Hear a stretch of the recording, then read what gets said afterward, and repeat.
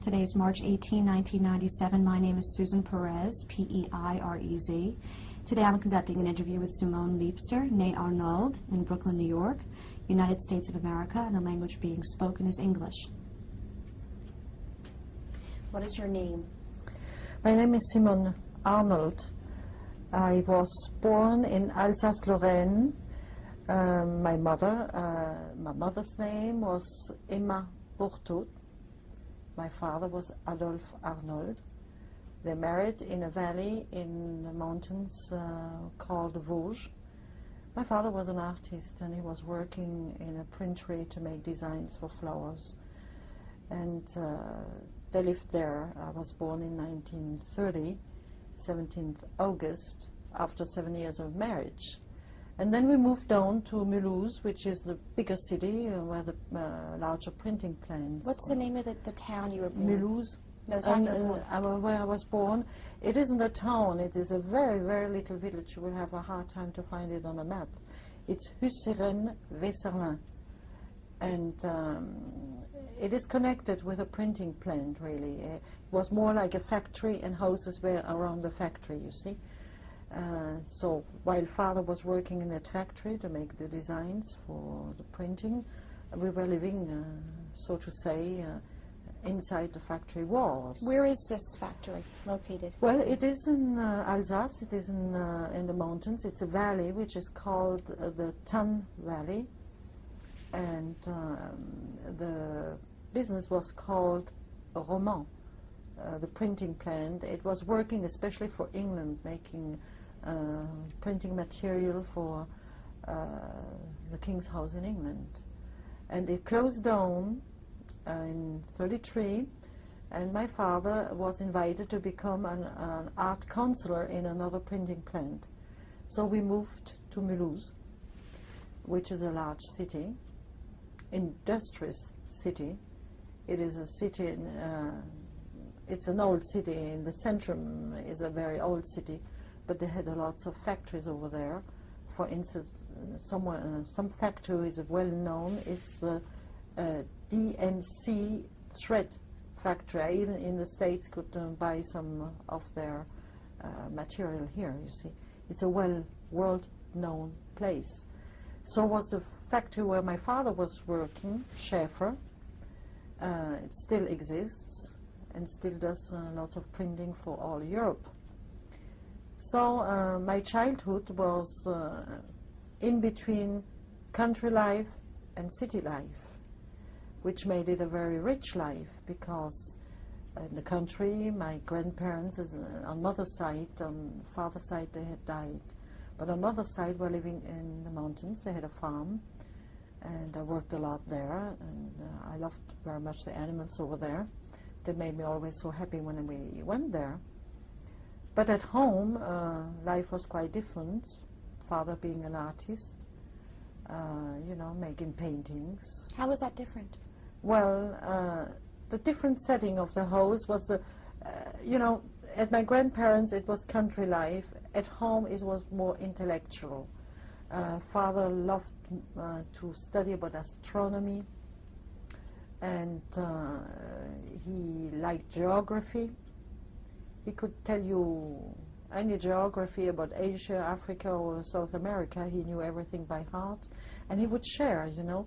Our evenings at home, he would have the big book on the lap, the dog on his feet, and he would go through the map, and while mother was knitting and me playing in a corner, you know, he just went on and say, you see, this is here, and here the weather is like that, and or this moon, or this satellite is over here, or this star over there. You know, he would go through the material. He was sharing always what he read.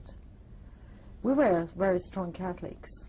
We would go to church on Sunday morning, but father believed more on the way of life, living religion, not, I should say, traditional way, but having religious principles in life. And in 1937, my mother got a Bible. Now, in those days, the Bible was not permitted for a Catholic to be read. So when the Bible came in the house, big discussion happened on the table between my father and my mother about what they read in the Bible. Before that event happened, do you remember the first time you went to church, Catholic church, the very first? No, I don't remember because they took me along as baby already, baby girl. I only can tell you that church was very important for me. No, just to tell you how that happened. Mother had been aware of a problem with a priest, a sexual problem with a boy. She actually met both of them in outside in the greens, you see, by walking. They were just happening to meet. So from that day on, Mother said, I do not want to see you in church alone. You mean see? Your mother saw this priest and this young Yes. boy Yes. in a sexual sense? Oh, yes. Oh, yes. Did she confront them? Or? No. She ran away because I was not far away, you know. And so she didn't tell me why, of course. She just said, I do not want to see you alone in the church. No, I was 6 years old then, and I said, my mother has no right to interfere between God and me. So I did go to church, but I didn't stay there, you know.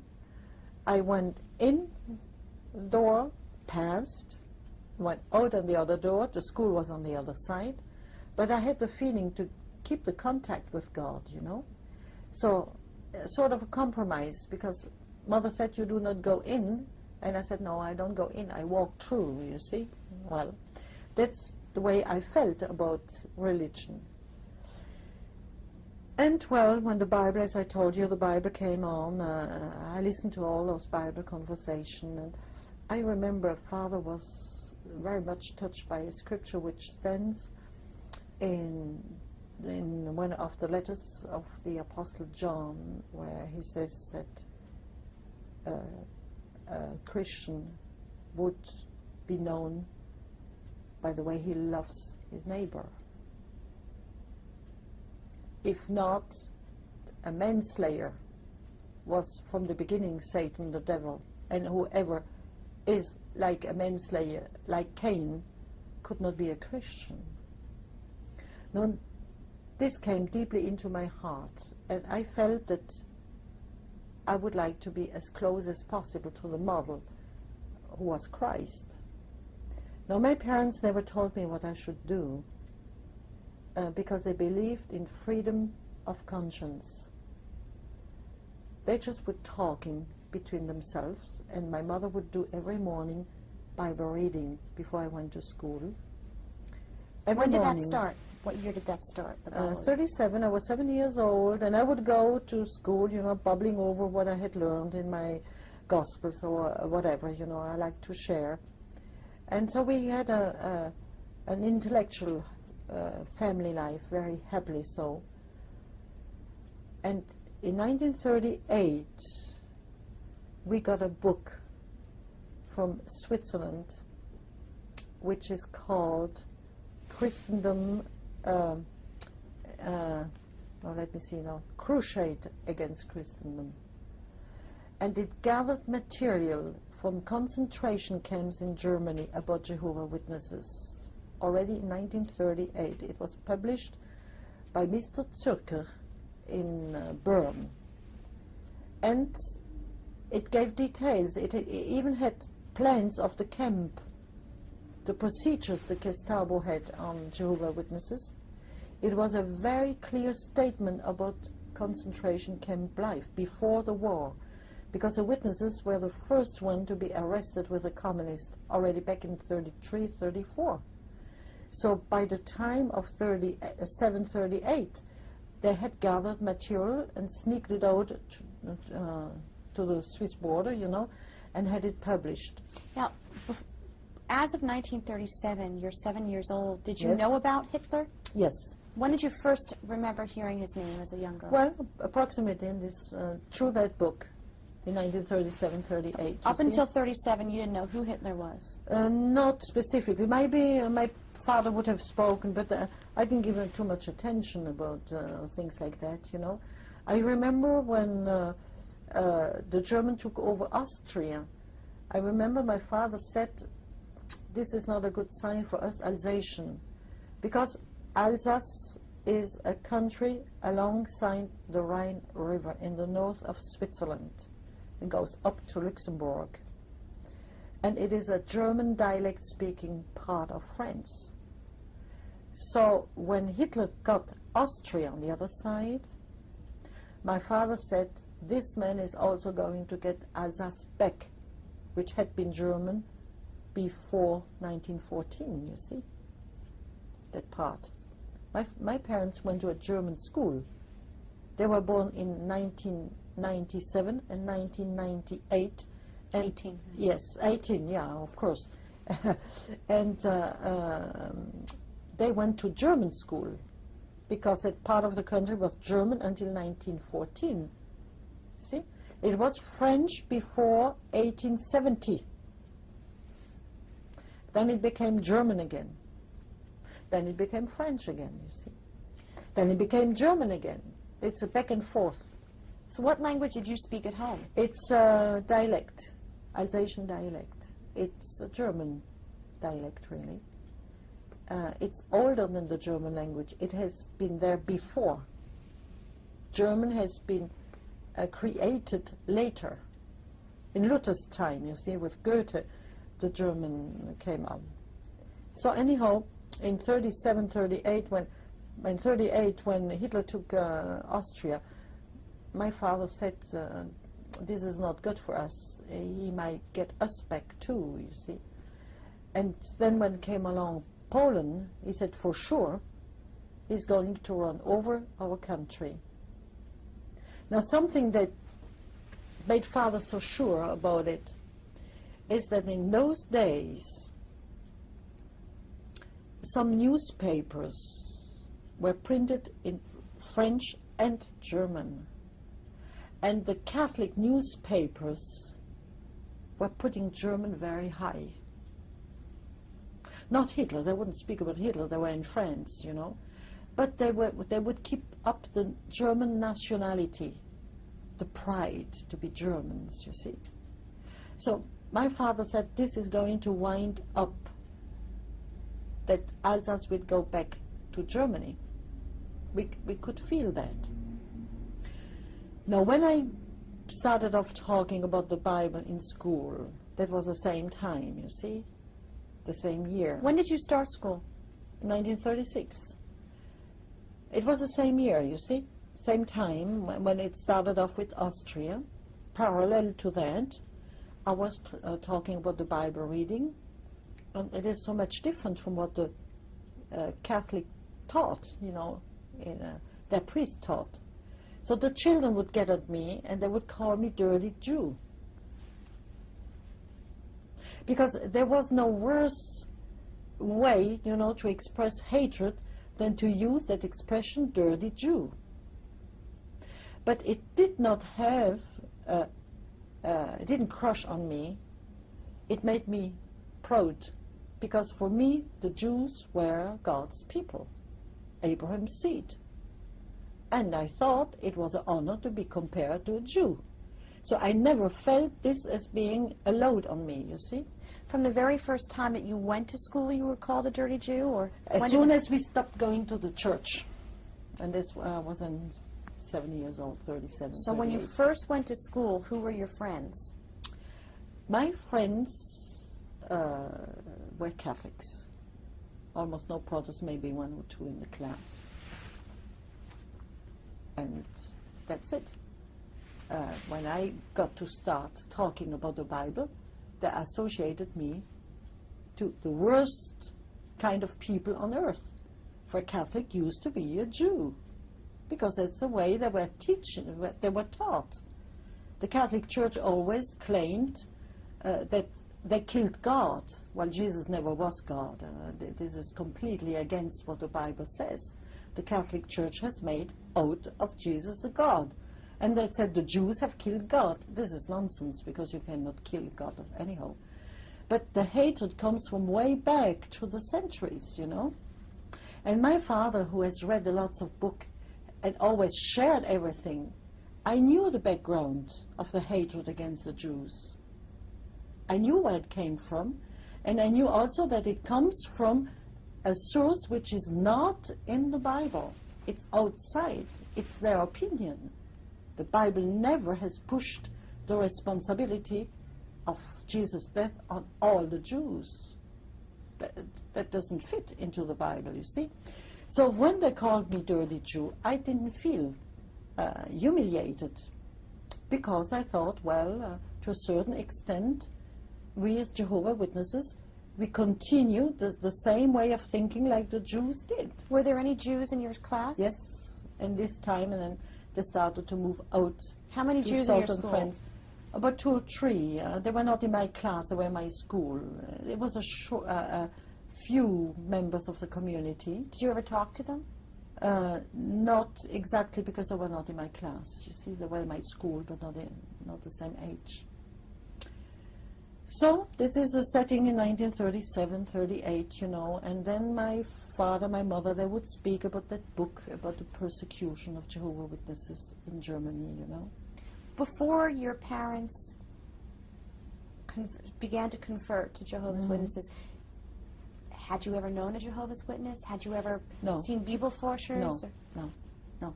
We practically were well, there was a group of about 40 for a whole department, you know. And my mother got 3 booklets from one of Jehovah's Witnesses who traveled through the country, coming from Switzerland.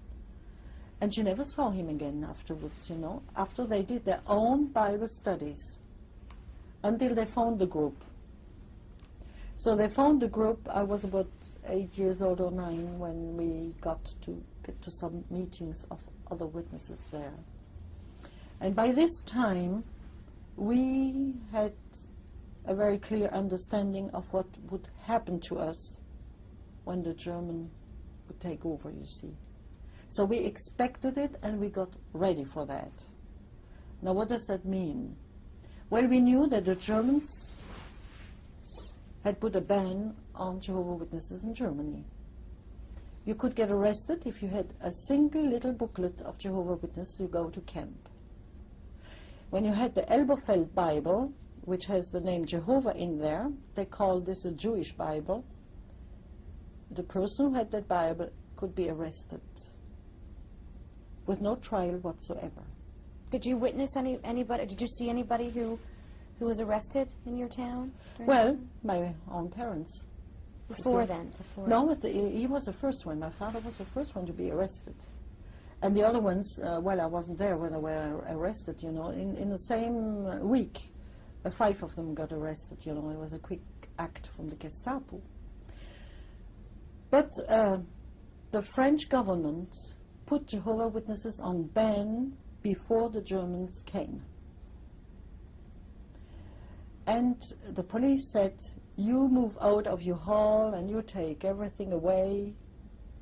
If you don't do it, we have to do it in 2-3 days' time. So they gave us freedom to move our things ourselves, you see. They were soft on us, they were good-hearted. But from that day on, we went underground. We had our meetings underground, and we got our watchtowers and the material to study the Bible underground. And my father organized this underground work over the border. And with my parents, I did go once in a while on that underground part to get material to come over the border. French material had to be translated into German and copied and sent to Germany. So as soon as the Germans came there, we were already organized. Now, as soon as the German came into France, remember, they came over Belgium, over Paris, before they came to my country. They came from the back, not from the Rhine River.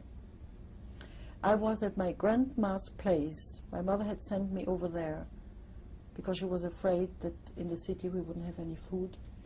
So she said, you go to the farm. And from my grandmother's place, you could see all the churches in the valley. You know, in France, the villages are very tight in, and churches in the middle, and the city town is next to it, you know. And I was standing on that rock, and I look in the valley, and Oh, wow. I saw on the city hall the French flag, blue, white, red, and on all churches, all of them, the swastika. Before the Germans ever came to the place, as soon as Paris was overtaken over, all the churches got the swastika out. And I just couldn't believe it, you know, because you don't make a swastika flag in the night. It's a complicated thing, you know, round and all the designs. So it was ready, just like there. So we knew that when the Germans come, they wouldn't have a hard time to take everything over. That was it. When they came, the first thing they demanded is that you do not speak a single word of French. If you spoke only one word of French, you could go 6 weeks in a concentration camp. They opened one in Alsace, which is called Schirmeck, and this was used only to get the Alsatian straightened out. People would go there for 6 weeks. They would come home, would have lost about 20 pounds. It was told to them, now you listen, if you tell to anyone what you have seen in this camp, we get you back and put you in a true concentration camp where you won't come out anymore. So those people who have been there because they maybe have used a French word or maybe have criticized Hitler or, you know, little things like that. Did you know anyone who went to that? Oh, yes, in the street we had several ones like that. And did you know then what was happening in Schirmeck? No, because those people wouldn't speak. When they came out, they were so scared they just would get out of your way. As soon as one would come up to you, he would disappear when he saw you, you know. Too afraid you might ask a question, and he could be, again, denunciated, you know. So this was getting a heavy feeling about the country. So the Germans got organized, you know, their way of thinking. We in school, we got Hitler teachings, you know. Now something I would like to share with you is how the Germans, well, I shouldn't say the Germans, the Nazis. I want to make the difference. It's not all the Germans.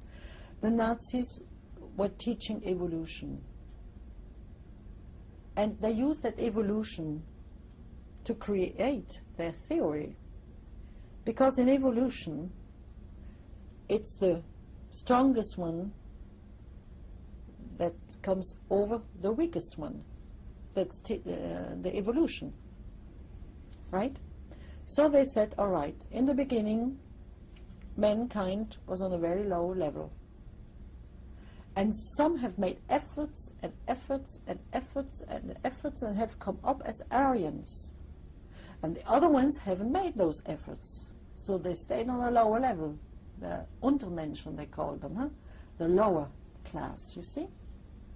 And now they went on and said, no, you are children of Aryans. You have your ancestors who made all that work that you come up to a higher level.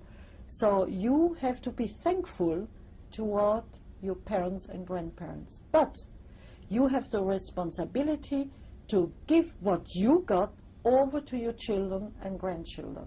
So, in order to keep this Aryan life getting up, you have to fight against anything which comes across and doesn't permit this Aryan life to grow. Everyone who is not with us is against us. Everyone who doesn't go with it has to disappear.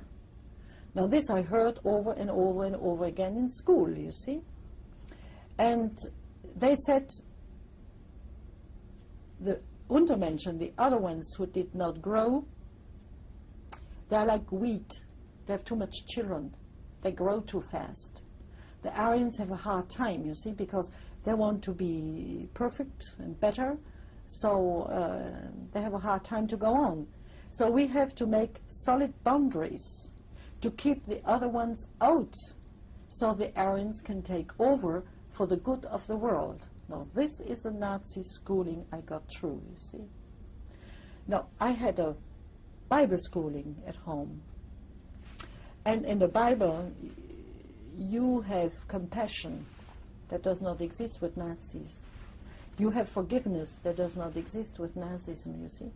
You have all those qualities which do not exist in Nazism. So I could find out by myself that I never could get with that ideology. Even so, my parents wouldn't tell me, do this or do that. I had a sufficient understanding how wrong it was to go along with Nazism. So, the 4th September 1941, at 2 o'clock in the afternoon, the bell rang. It was a time my father would come home from work. Usually my mother had the door open. And I said to my mother, "Hi, you didn't unlock the door?" And I jumped, toward the door, opened the door, jumped on my father's neck to kiss him, and suddenly behind him, somebody said, "Heil Hitler." And when I looked on the man I had kissed, it was a Gestapo. I fell down on my feet, icy cold, Pushed me aside and said, "Where is your mother?" I said, "She's here." "You go in your room." So I went in my room and I said, "How does that man know I have a personal room?" Many children, when they are small, share rooms, especially in those days. Is it funny? Saw that mother on a cross-examination for 4 hours. They wanted to get the names of all the witnesses, and they wanted to get to know the underground activity, which I mentioned before, you see. I was sitting in my room, and then suddenly I saw on a shelf the Elberfeld Bible with the name Jehovah. And I said, we are going to get arrested if they find this Bible. So I went up and said to my mother, "I have to buy a book." And the Gestapo said, "All right, 2 minutes and you will be back because the shop is only on the corner of the road." So I ran out with that Bible and was hiding that Bible under the tomatoes of our neighbor so that it got out of the place, you see. When I came back, I checked on Father's bicycle and it was there. And I said, "Oh, Father has come back. We are saved." We'll continue the next tape.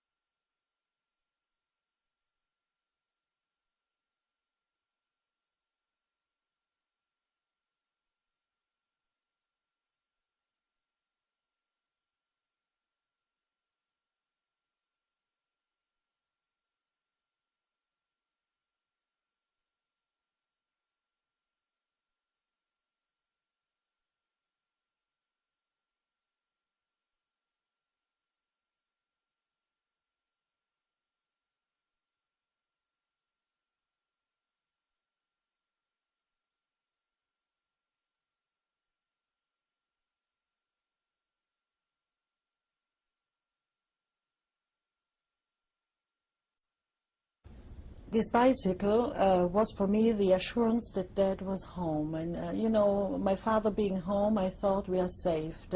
It just couldn't be possible that anything would happen. I was still a child. I was not quite 11, when just 11 when it happened.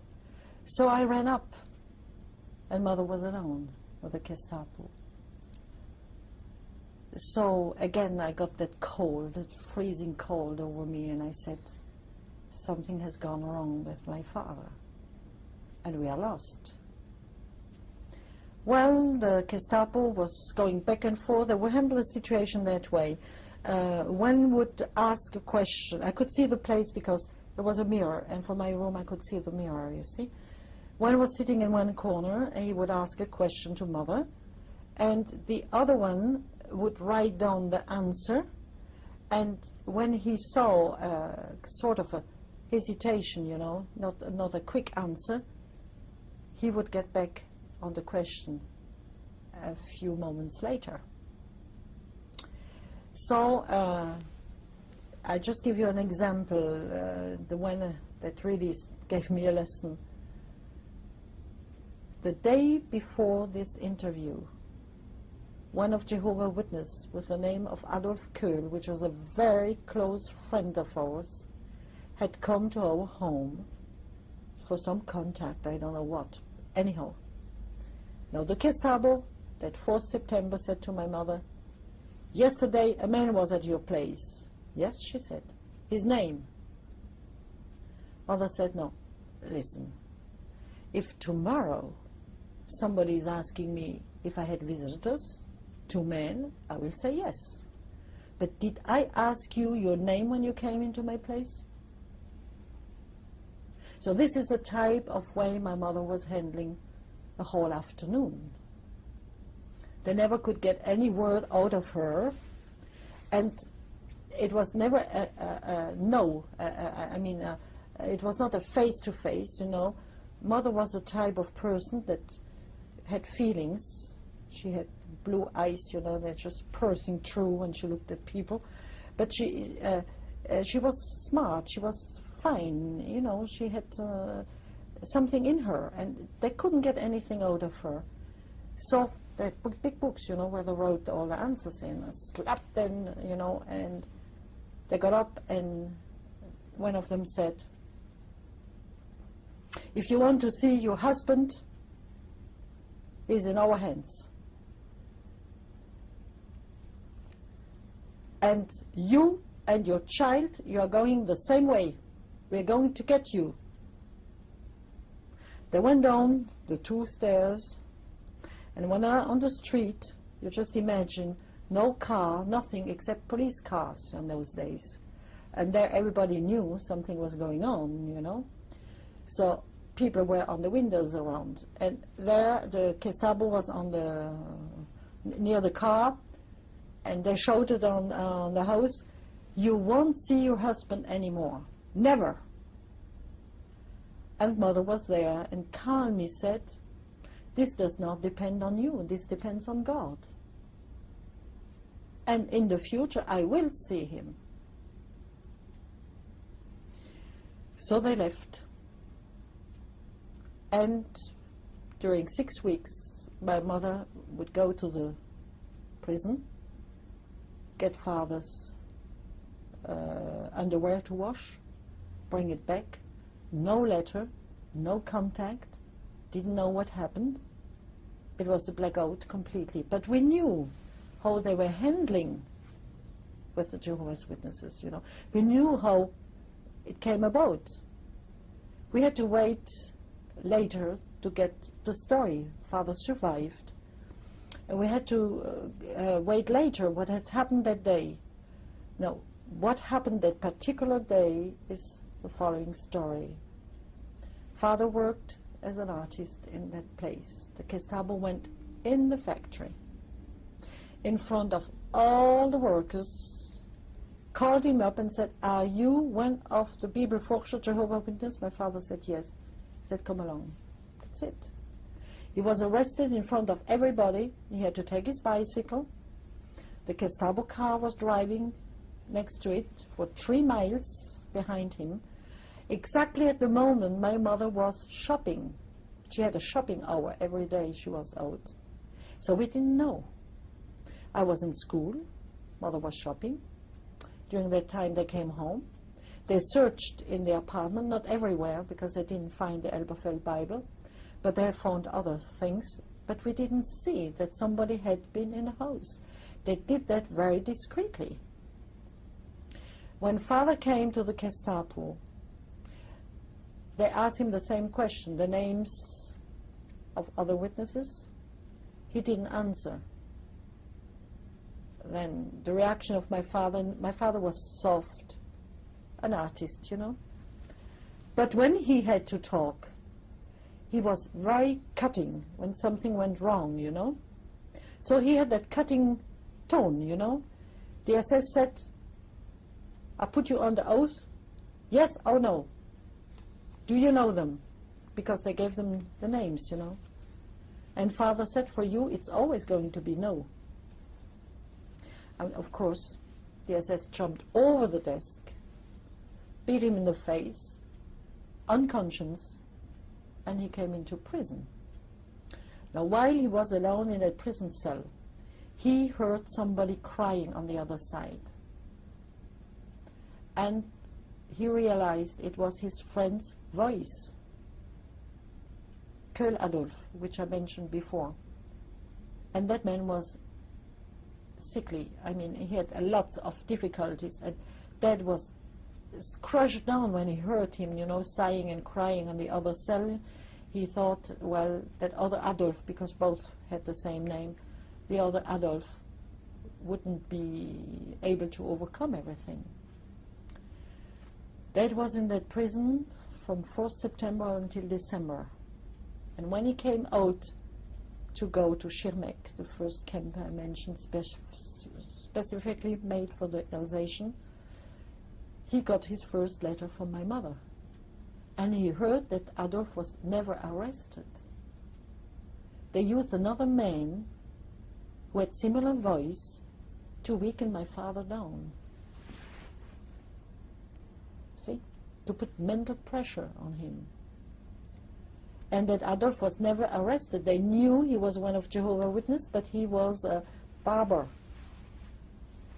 And apparently, according to what we could find out later, the Gestapo said, you let him with his barber shop work, because a Jehovah's Witness won't cut us the throat. They had no confidence in the Alsatians. They were afraid to go to Alsatian barber and get killed. So they said, we leave that witness out there.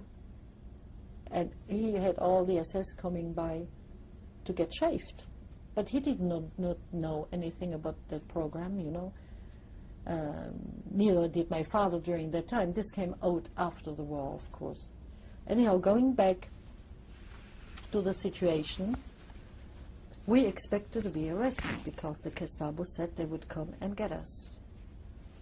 And as time went by, the winter came, that closed down the bank account. My mother had no money, no right to work. They took away her working card. She was on personal welfare. Some Jehovah's Witnesses took care of her, and she would do mending and knitting and sewing, you know, just to get the necessary food for us, from us too. We had no coal. We couldn't heat in the winter, you know, sparely heating. We had a very hard time, and I got sick. Most probably also from emotion, because, you know, when my father was gone, everything was gone in that house, because he did the reading, he did the talking. As a matter of fact, his place was so big in that house that our dog, which I mentioned before, who he had the habit to lie down on his feet, every night that dog went in front of that wheelchair and started off crying. Wow, wow. We had to change the whole furniture. The dog wouldn't give up, you know. He was searching after his master. So Mother had the whole thing moved around, you know, and changed the colors of the place and everything. Bought herself a new table, made underneath a hiding place for the Bible literature, you know. And we were waiting for the Gestapo. We had constantly our luggage ready.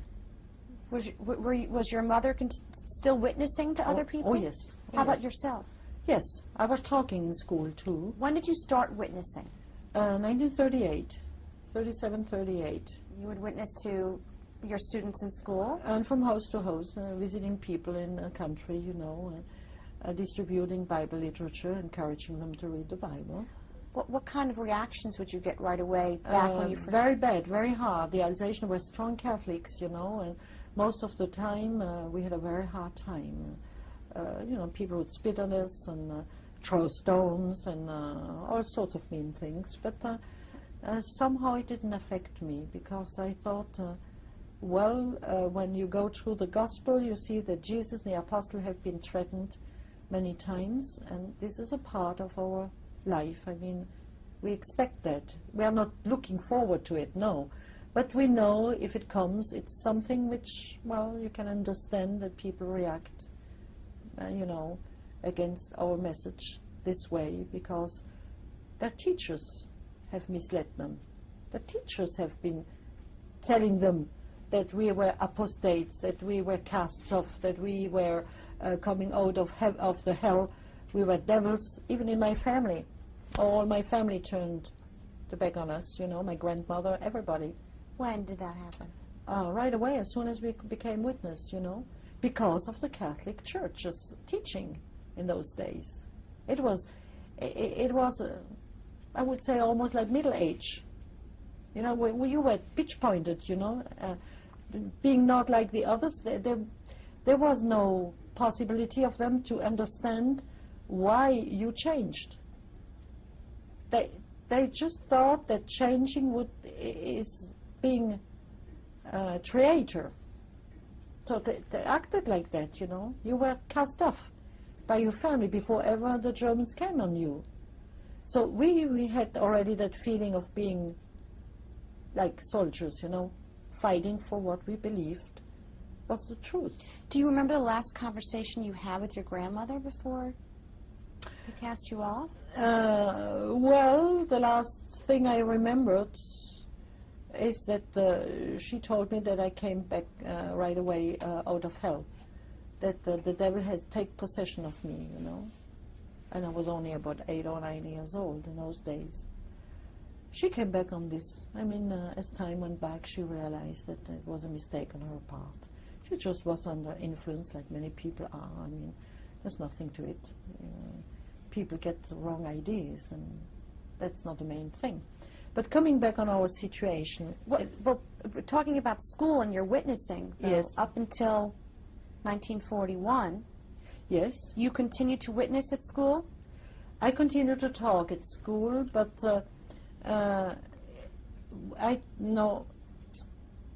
we had a different kind of schooling in those days. You had the state school where you had to go.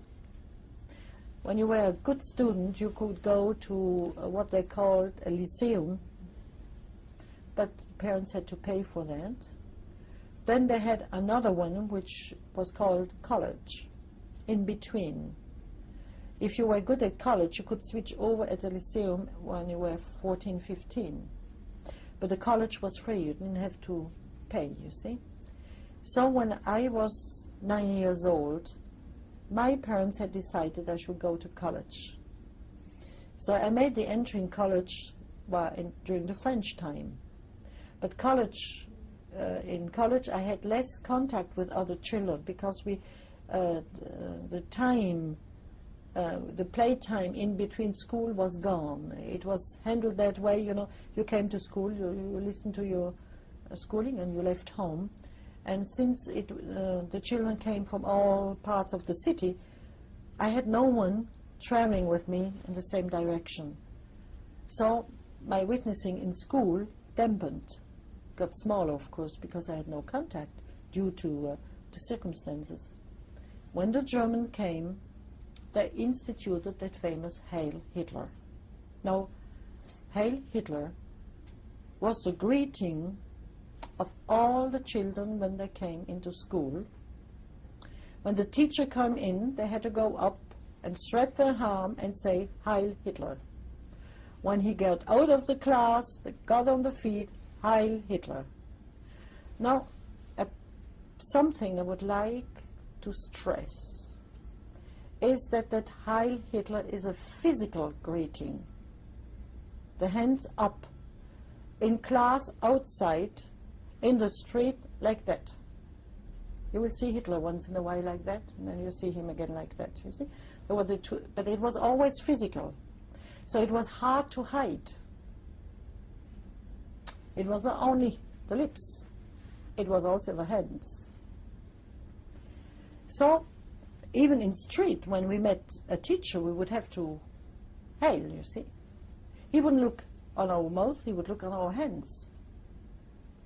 So I learned to be very careful and have my eyes everywhere, you know, not to get caught, because, as I believe, you could not hail a human man. Hail means salvation.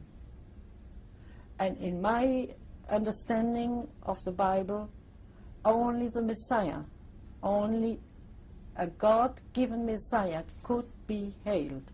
Not a person could give hail to any man on earth. And of course not to a monster like Hitler was. By that time I had read what was going on with Jehovah's Witnesses in camp. I have seen people being arrested. I knew what kind of system that was through the teaching of evolution. How could I hail such a man and such an ideology? So I took my stand. Well, one day, well, I should say in those days, the Catholic priest used to come to school to teach Catholic religion in school, during school hours. This is still going on in my home country. Oh yes. And so when that man came in school, before the war, there was a cross in the classroom. Not a Catholic school, plain state school had a cross. When Hitler came, they took the cross down and put Hitler on the place and the cross underneath. Well, when the priest came before Hitler, his greeting would be, "Blessed is the one that cometh in the name of the Lord."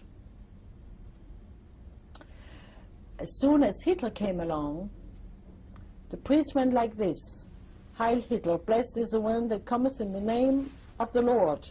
And the whole class would say, "Heil Hitler, Amen." So this I have seen over and over and over again. Now when he came, I went out of class because I didn't want to take up that course, and I had to stand outside and wait the whole hour. How were you able to conceal your feeling at that moment when the whole class... I was disgust. And my feeling was hatred toward this way of what shall I say, get a religious symbol down, crushed down under the feet of Hitler, you know. Because we don't use the cross as Jehovah's Witness. This is just information for you. Jesus died on a stake, not on a cross. The cross business is completely... Well, anyhow, but it still stands there for a religious symbol. And for them to have Hitler in top of the greeting, in top of the image, in top of everything. And the Catholic Church did go with it. In the church you had the what shall I say, the flag inside the church. Well, they claim they had to do that. Well, it's a matter of conscience, huh? You cannot force anybody who doesn't want to. That doesn't exist. Anyhow, I was standing outside, and another German girl who was atheist was also out of that, you know, of that teaching of that priest, and two other girls. And we did not see a teacher coming by. We four girls were laughing, you know, in a corner and playing, and she came by, and suddenly she turned around, put us on the wall, said Heil Hitler, and three of them said Heil Hitler, and I didn't. So she took me in front of the three other ones and greeted once more Heil Hitler, and all three said Heil Hitler, and I didn't. So she said, "What's the matter?" I said, "I'm a Christian, and in the Bible it is said Heil belongs only to Christ. Nobody can be hailed on earth." "Oh," she said, "Bibelforscher, I see." And she ran away, and she did not go to the school director, you know, the one who was responsible. She went across to the one who was responsible for the whole country. denouncing me. So this was on a Saturday. Monday, when I came to school, my teacher called me up and he said, here is a paper. You have to go from class to class with this paper and have it read by the teacher and signed by the teacher. The classes were very large. In those days, were 45 children, double classes, because the people were in war, you know, teachers were in war. And it was a big place, because there were boys and girls, not mixed. There were all together 38 classrooms I had to go through. So this took me the whole week. And you know what was written on that paper? It has been known that one of the children in school is rebellious against German peace, against German behavior. We give the following warning. By the end of this week, this person has to make a decision: submitting or leaving school, because we cannot allow a rebellious child to be in school. Underneath has to be brought from class to class by the child Simone Arnold. So I heard this 36 times, a whole week. In the middle of the week, my teacher said, you come home with your mother. We went to his place. The name of the teacher was Zipf. He was a Baptist. He talked with mother a long time, and he said to me, look, I fully agree with you. I don't hail Hitler either. You look at me, you know, I do it with the left hand, not with the right. I don't give my support with the right hand. I do it with the left hand, and I pray to God and said, you know, my heart belongs to you. This is just to keep my freedom. Do it like I do. I said, I can't. For me, it's a lie. I cannot lie. The Bible says you shouldn't lie. I cannot agree with it. Left or right hand, I do not want to hail. So Saturday, when I came to class, I knew all about the children of the class didn't, because this had happened outside, you know. So when I came to class, on the board was written that we should take our papers and copy this page. There was no teacher there, no one, you know. And after a while came my school teacher and director of the school, the principal. They came up, saw all the class already, you know, got a heavy load. They realized that something was going on there. So the principal went on with a wonderful, typical German talk. Germany is a country of freedom. Germany gives the choice to anyone for the future. Now the future is you go along with the state and you have all education you need. You come up, you know, as an Aryan and so on and so forth. If you don't want that, there is no room for a person who doesn't try to keep the race up. So it's your own choice. You have a choice. Either you submit or you leave. Now this is freedom. And when he went through his speech, he said, the child who recognized herself, make it up. So I stood up. And the whole class made, oh, because they didn't believe it would be me. I was known as very quiet. So he had me called in front of all the children. He said, you see, here are your papers. Here is Hitler. The class stand up.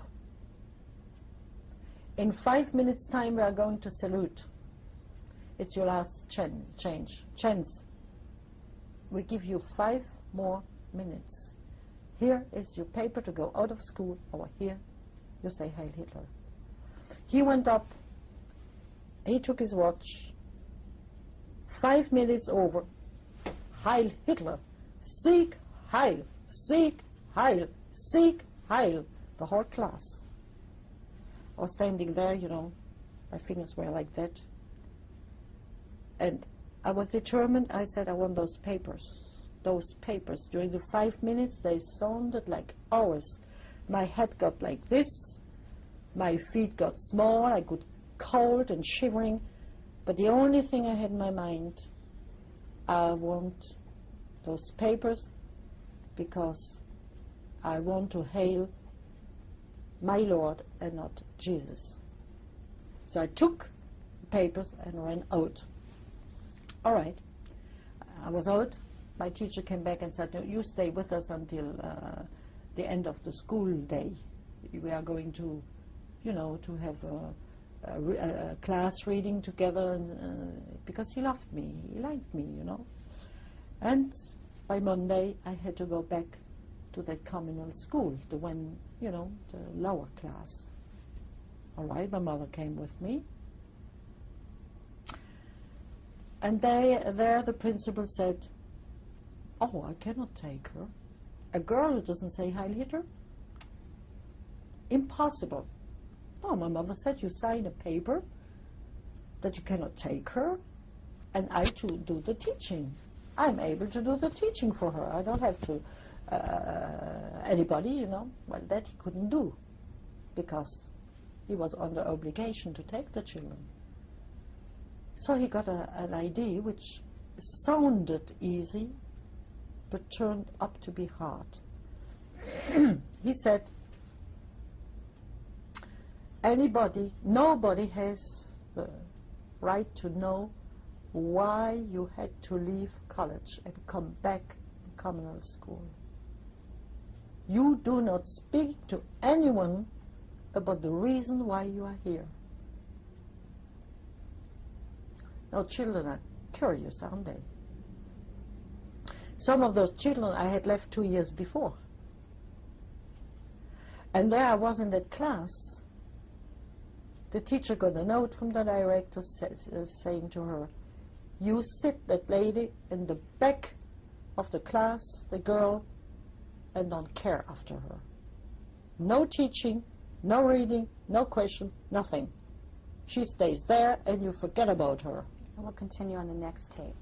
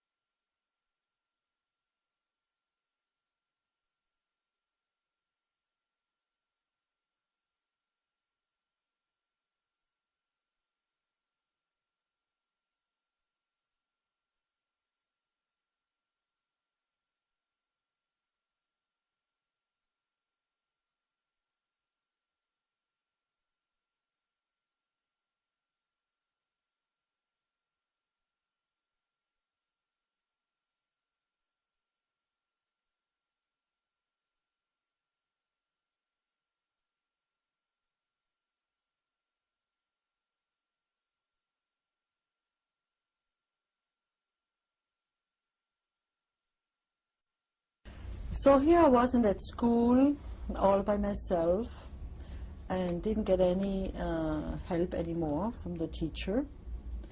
But just before my father had been arrested, he had gotten in contact with a young lad who was 22 years old and started off studying the Bible and became one of Jehovah's Witnesses just before my father was arrested.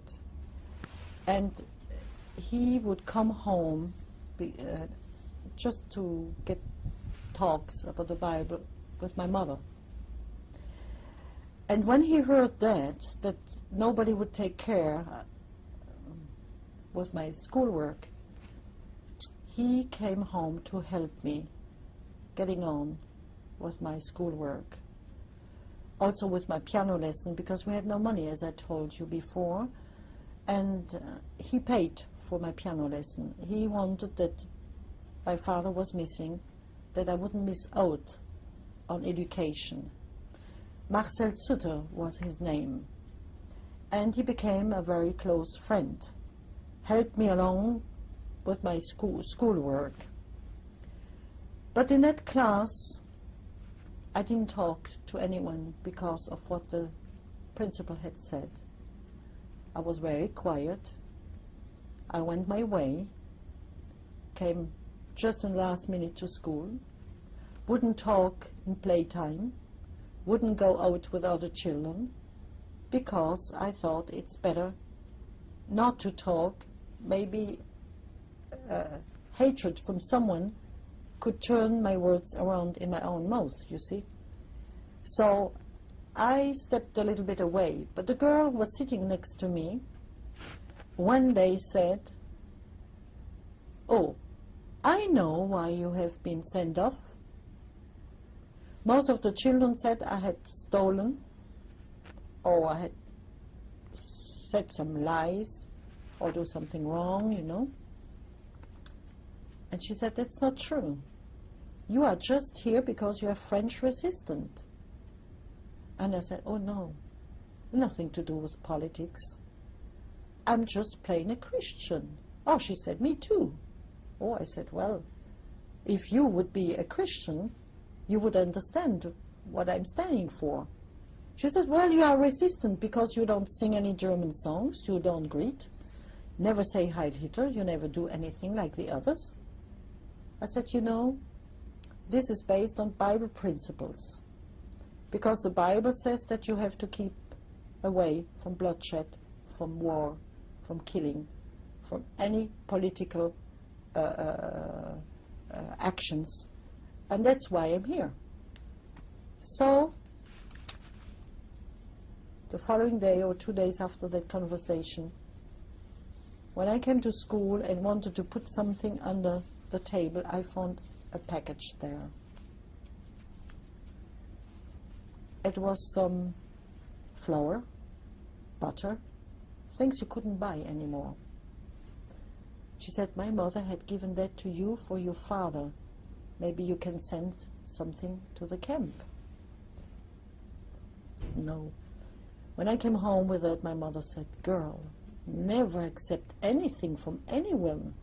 This is dangerous. You get the address of those people, I bring the package back, you know." That's what happened. And through that, Bible questions were discussed. And this family became Jehovah's Witness. And that girl was very tall, Jeanette Schmerber is her name, stopped saluting, stopped saying Heil Hitler, and of course, being a tall lady already, this had been seen by the school director. So he mentioned it in the reports he had to give over to the principal of the whole school, you see. Now, just to let you know how I felt during that time. I had one fear, a very big fear who was upon me. I was that scared they would take my mother's away and I would stand alone in the street. I always had that word, the Gestapo will get you. And just an experience among others. I told you a while ago I got sick in the winter 1941-42, just after the arrest of my father. And one day my mother didn't come home in time. She had been going out giving Bible lessons to someone. And she missed out on a streetcar which should have brought her back home. And I had fever. And the night came. And I said, that's it. I went out of bed, put my shoes on with no socks, in the nightgown, put my coat on, and went straight to the police office. There, at the police place, I went from door to door, putting my ears on the doors, wondering if I could get the cross-examination I had heard before, you know. I went all over the place, happily for me, no one came out of the doors asking me what I was doing there, you know. And by the time I came out of the police station, the other streetcar came up, and my mother was in there, you see. But that's the way I was. The only thing I was afraid of is not my own situation. It was my mother should be protected. I wanted to protect my mother. And my mother was not too well on health, you know. So I had that feeling that it would be terrible if I would stay alone. I could handle myself, I thought, but I couldn't have stand the idea that she had to go the same way as Dad. Well, I went back to that school, and the police had come home. They had checked to find out if we had any publications from the Watchtower. They never found anything. They left without arresting Mother. They came and left and came and left, you know. Each time I would hear some man, heavy boots in the staircase, a wooden staircase, you know. The second floor, we lived in second. I jumped at Mother and grasped on her, you know. I said, that's it. So, and I went up, I relaxed again, you know. This was that period of time, which was very hard. Then we got a letter that Dad had been sent to Dachau. And after a while, we had learned that we could send packages to Dachau. So, Mother made copies of some of the Watchtower publications. She read it very fine, and rolled it together, large like this, and put it between cakes. But a very cheap kind of cake, in order that it couldn't be stolen, you know. Not something the SS would steal away. See, she made packages. In that package used to be those cookies and some, what you call argile is the French word, that's clay. You know, clay you take for your health? You swallow it?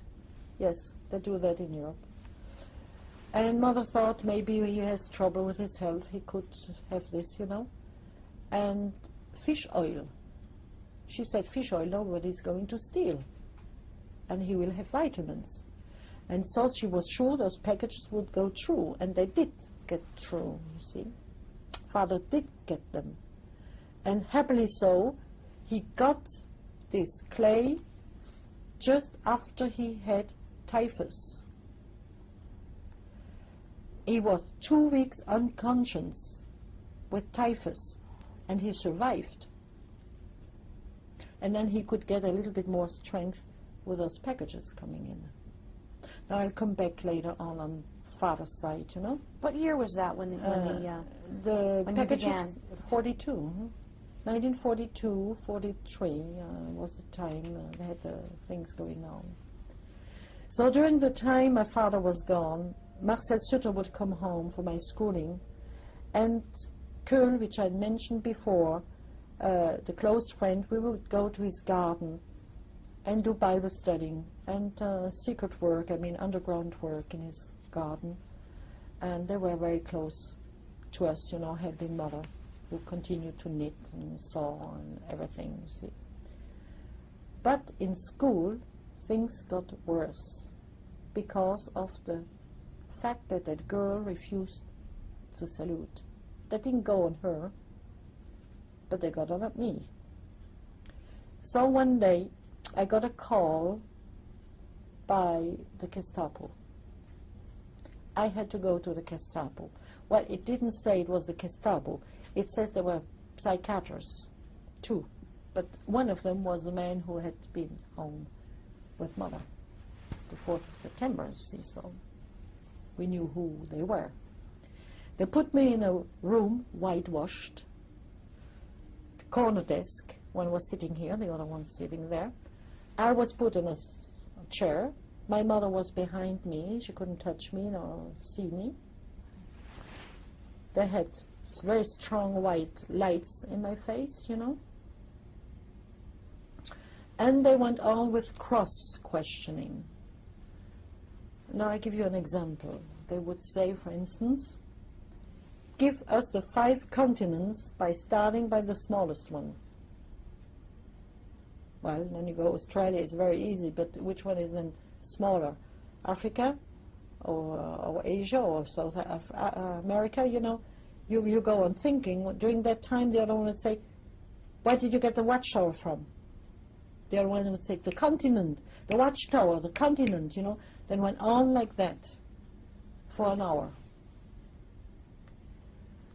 Well, every time they would see in my mother's face any kind of reaction, you know, they would get back on the question from another side. Well, happily so, I did not give in any names and no place. They couldn't get anything out. But I certainly was exhausted. I was to the point of fainting when the bell rang and they had to leave for another business, leaving me alone. So this report came into the Gestapo's file. No. In class, suddenly, it was said that our class was selected to go to a youth camp for 2 weeks.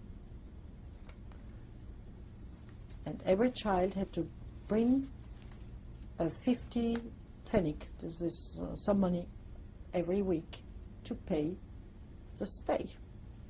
I never brought any money, and I never talked to my mother over the matter, because I said to myself, if I talk to mother, she will know, and if she gets under interrogation, then I feel that she knows, and she will be made responsible for me.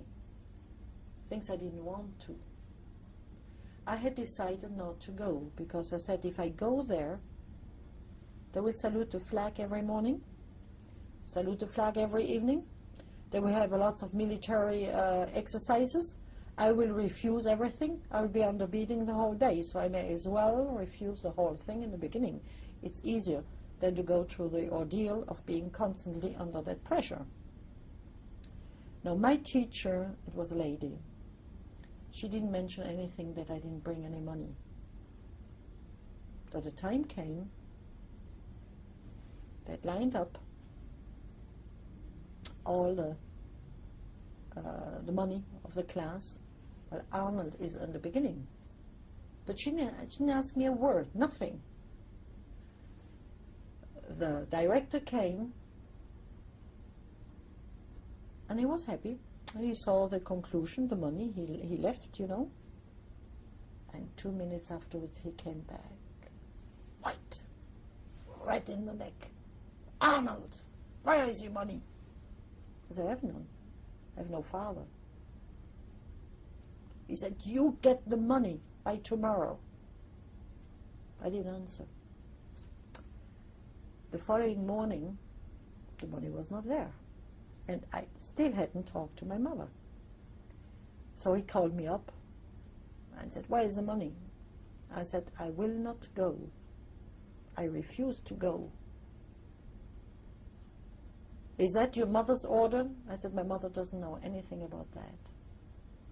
So he took me in front of the class and he said to the children, now look how Jehovah's Witnesses are raising their children. Now she's 12 years old and she takes her own decision, doesn't even talk to her mother anymore. So he said to me, you come either to the camp or to my office Monday morning. If not, you have the police at home. Well, just a few days before that, the judge had called me in. And the judge went on talking about the famous German freedom, the kind of speech. You choose what you want to do. You are free. You are the master of your own life, you know. And when he saw that I wouldn't give in, he had given the order to put me in a Nazi home, in a re-education home.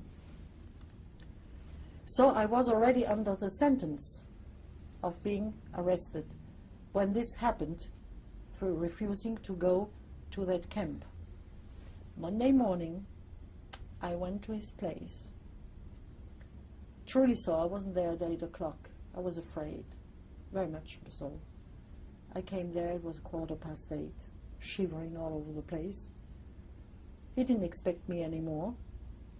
When he saw me, he turned again white, and his redneck, you know, took me by the shoulder, put me in his class, in the first row. He had all his class going up during 2 hours, up and down, up and down, up and down, up and down, and constantly saying, she is responsible, she is responsible. You know. After that, he distributed the homework of the children. Each one had to go up to him. He would take the homework, slap it in the face of each child, and just throw it in the class. She is responsible. That went on for all 45 children. And what he had in mind is that those children, when they come out, they will get after me. And the opposite happened. They were much younger than I was. I was 12, they were 9. They came up and they said, you keep strong against him, that dirty man. That's a pig, that's not a man. You stand strong, you know. It did not happen what he wanted. Didn't know why I took that stand. But they felt that I was resisting, and I appreciated my resistance. Even so, they had not the strength to do so. I lately got a letter from one of those ladies who wrote to me on saying, I still remember that specific day. And I said, if one day I have a child, it's going to be called Simone. So she has a child who's called her Simone because of that particular day, you see. Because she was only 9, but she just remembers all what was going on. Well, the week I passed with him was ordinary. The person would shout constantly and, you know, be at the children, but somehow he was quiet with me until the end of the week. The end of the week, he had sent me off to a certain work. Now, this work was connected with gathering material from house to house every week.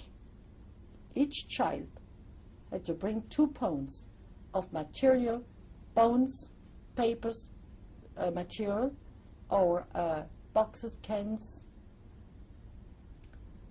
for recuperation. And everything was thrown in a corner. And there he went on me and he said, no, you go and sort. Put the bones in one corner, the cans in another, and so on. And I looked at that and I said, mine. This is war job. I'm not going to work for war. So I didn't do anything. And he came. He said, where's your work? I said, I haven't done any. Why? I said, I don't work for war. He said, what's the matter with you? Does a bone or material kill? I said, no, but if I take the bone in one corner and material in the other corner, what's left is a can, and the can is going to be used to make bombs. I don't want that. So I said, you are going to do it? I said, no. So he took his hand, he was hitting me in the neck, unconscious, and threw me in all that stuff. There were worms in there, you know, filthy bones. I mean, bones in the sun. You just can see what that looks like, you know. He was putting me there, and the girls, after they came out of their class, took me home. I could hardly walk. So my mother brought me to the doctor. And the emotion and everything made me to become my first menstruation very strong. So mother brought me over to the doctor. And the doctor said, well, it's all that emotion going on, you know, just flooding, she just needs rest. So on Monday, mother had a letter from the doctor. On Tuesday morning, the police got me to bring me back to school. And the doctor had the Gestapo home and said, the next time you give a kind of a document like this to any of Jehovah's Witnesses, you go in concentration camp. So that was it. No doctor help. I went back to school. Well, I was under condemnation. Still was afraid mother would be taken away, you know. And then I was surprised. The girls had come back from camp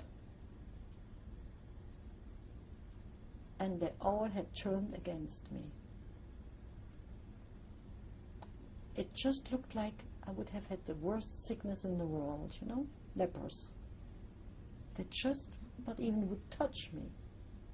I said, what's going on? Well, I knew 2 weeks of Nazi education, you know, with the songs and everything would make them come up for Germany, but not to that extent. But it just was such an atmosphere, you know. I said, well, what's going on? Well, by Wednesday, all the classes had to go to the schoolyard in square. In the middle was a pool with a flag. Well, the flag was not on it. The flag was folded on a cushion on the floor. I was hiding behind the tall girls. The director of the school was there. The principal, you say, was there. He said, where is Arnold? Get the Arnold child in front. So they took me, put me in the front, and I sneaked again a little bit back. I thought, everybody's like that, and I'm like that. Everybody's going to see it. Better be, you know, got behind. He got up to the pool, and he said again to my teacher, where is Arnold? You put her ahead of everybody, alone. It's okay. They put me about this distance. And I said, that's it. This is going to be the thing, you know, the heavy. So the boy came in, you know, in the Hitler Youth with a flag. I put the flag up, you know, and a threefold Heil Hitler and Heil, Heil, Heil, and then the national song and the Horst Wessel song, you know. They had 2 songs. And all stretched arm during the whole song, you know. I was standing like that. I got, you know, I almost felt like going into the earth. So heavy, so loaded, you know. And he went on with a big, big, big talk saying that Germany is a country of freedom and a country where each one can choose his future, and the education was the best one in the world, and some might not appreciate that, but there's on choice, and you soon will have an example what happens to someone who does not submit to German rule. So in myself I said, I'm going to be beaten to pieces, you know. Well, the flag came down, 3 times Sieg Heil, all the thing over again, you know. And everybody departed, and I stood there all alone. And no one spoke to me. Not the teacher, not the principal, no one. Just the same feeling of being like, you know, well, lepers. And I remember I went home with a funny feeling. A feeling I didn't understand what had happened, you know. It had been very heavy on me.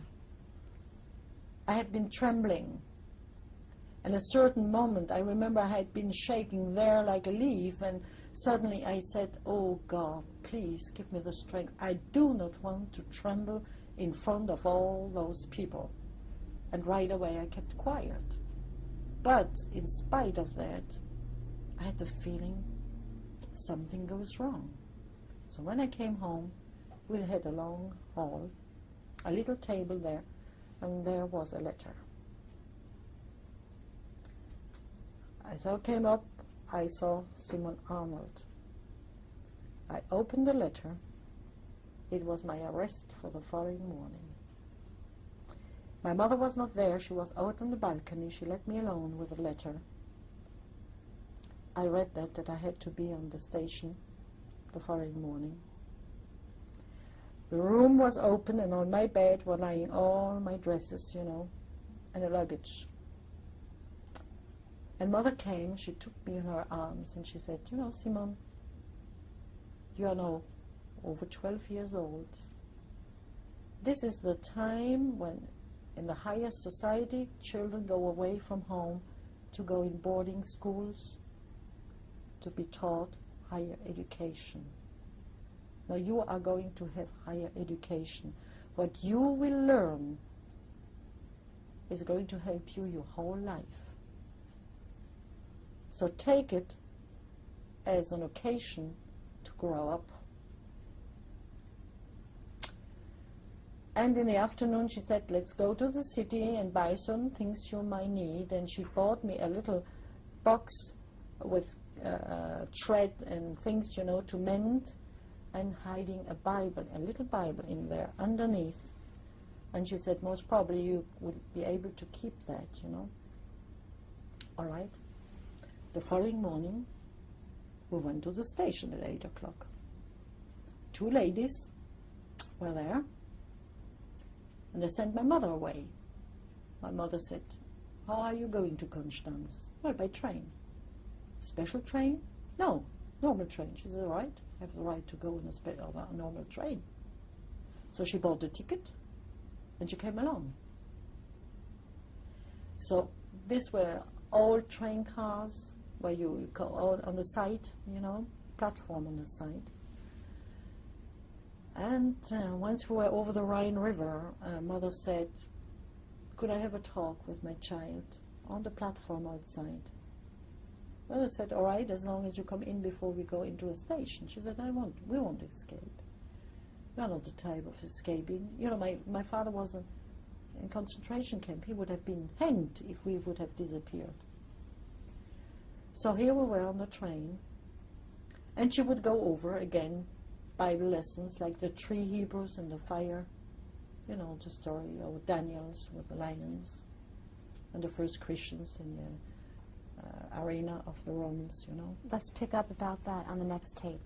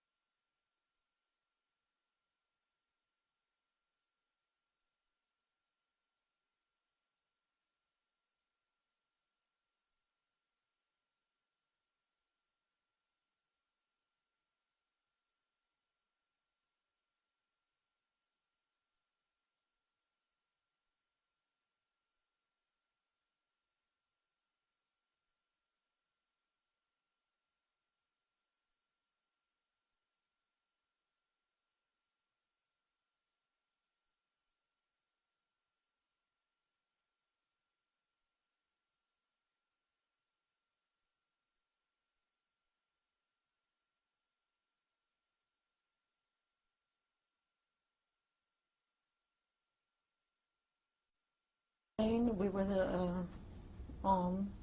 It passed the Schwarzwald, the mountains, the Black Forest. The atmosphere was horrible. It was gray, it was rainy, it was really, according to circumstance, Mother had me in her arms, and she talked to me and said, you are a well-prepared little girl. As a matter of fact, she did a lot between the time Father had left until the moment I was arrested. That is, between the 4th September 41 and the 9th of June 43.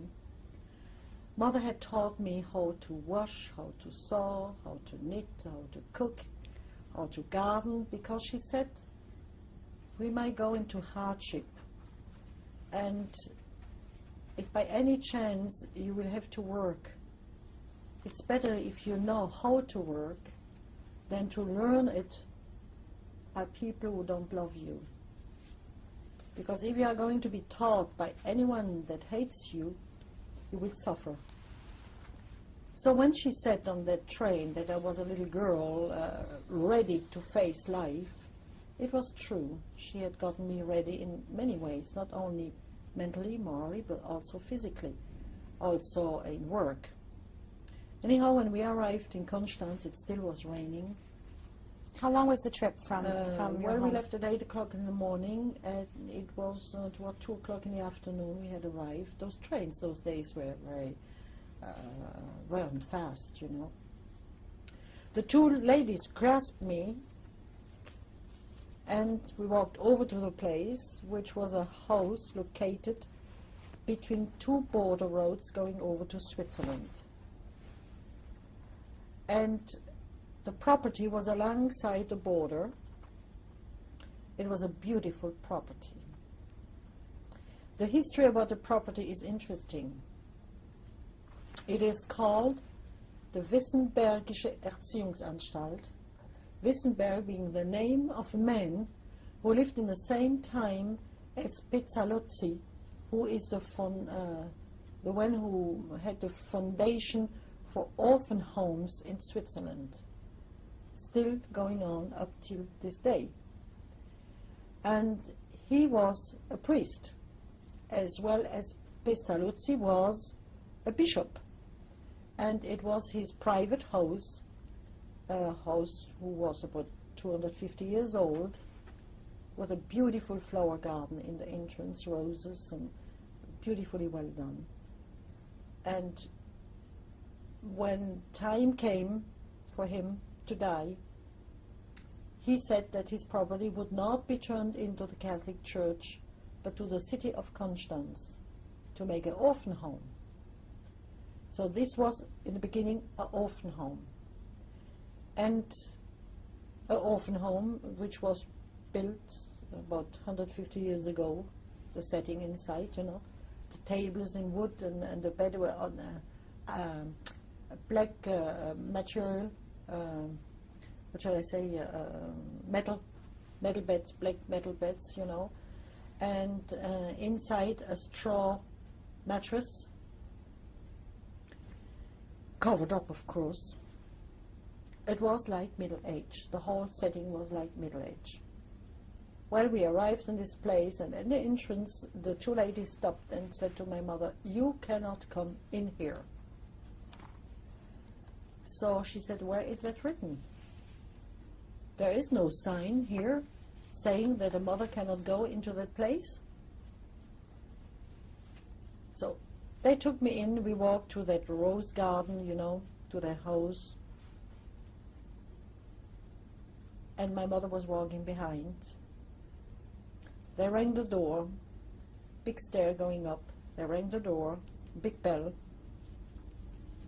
The director came out,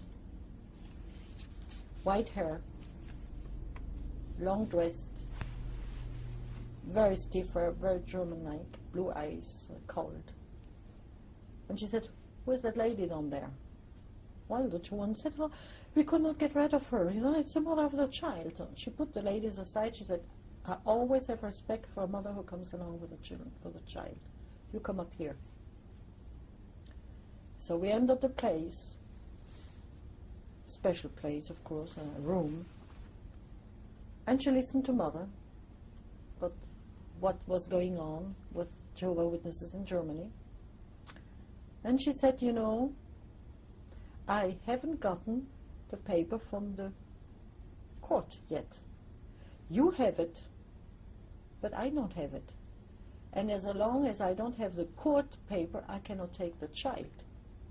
So by tomorrow, I will have the papers. I will go to the court myself and get it this afternoon for tomorrow." So my mother jumped up and said, "Do you mean that we are free until tomorrow?" She said, "Yes, you are." So the two ladies said, "No, no, you cannot leave her go." the director said, I have confidence in this lady. This lady is going to bring the child back, I know that. So, you are off this afternoon. Well, Mother said, where are we going to sleep tonight? She said, you take the boat, cross the Bodensee. This is a lake which is as big as the one of Geneva, you know. You go on the other side, it's cheaper. You go to Meersburg. All right, we went to Meersburg in a hotel. And of course, Mother wouldn't talk to me. Not a word, because we were afraid some years would be around, you know, denunciation, things like that.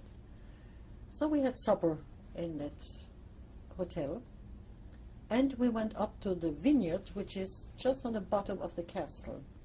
We stepped into that vineyard place, and there we had our last prayer and song together.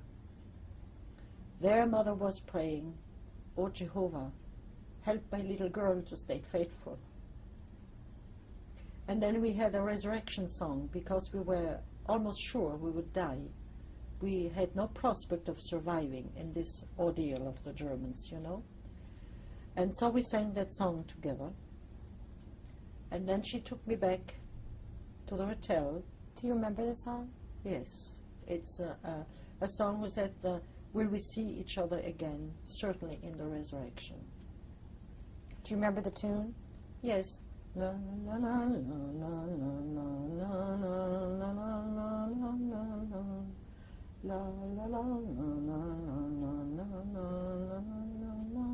la. Ganz gewiss. La la la la la la la la la la la la.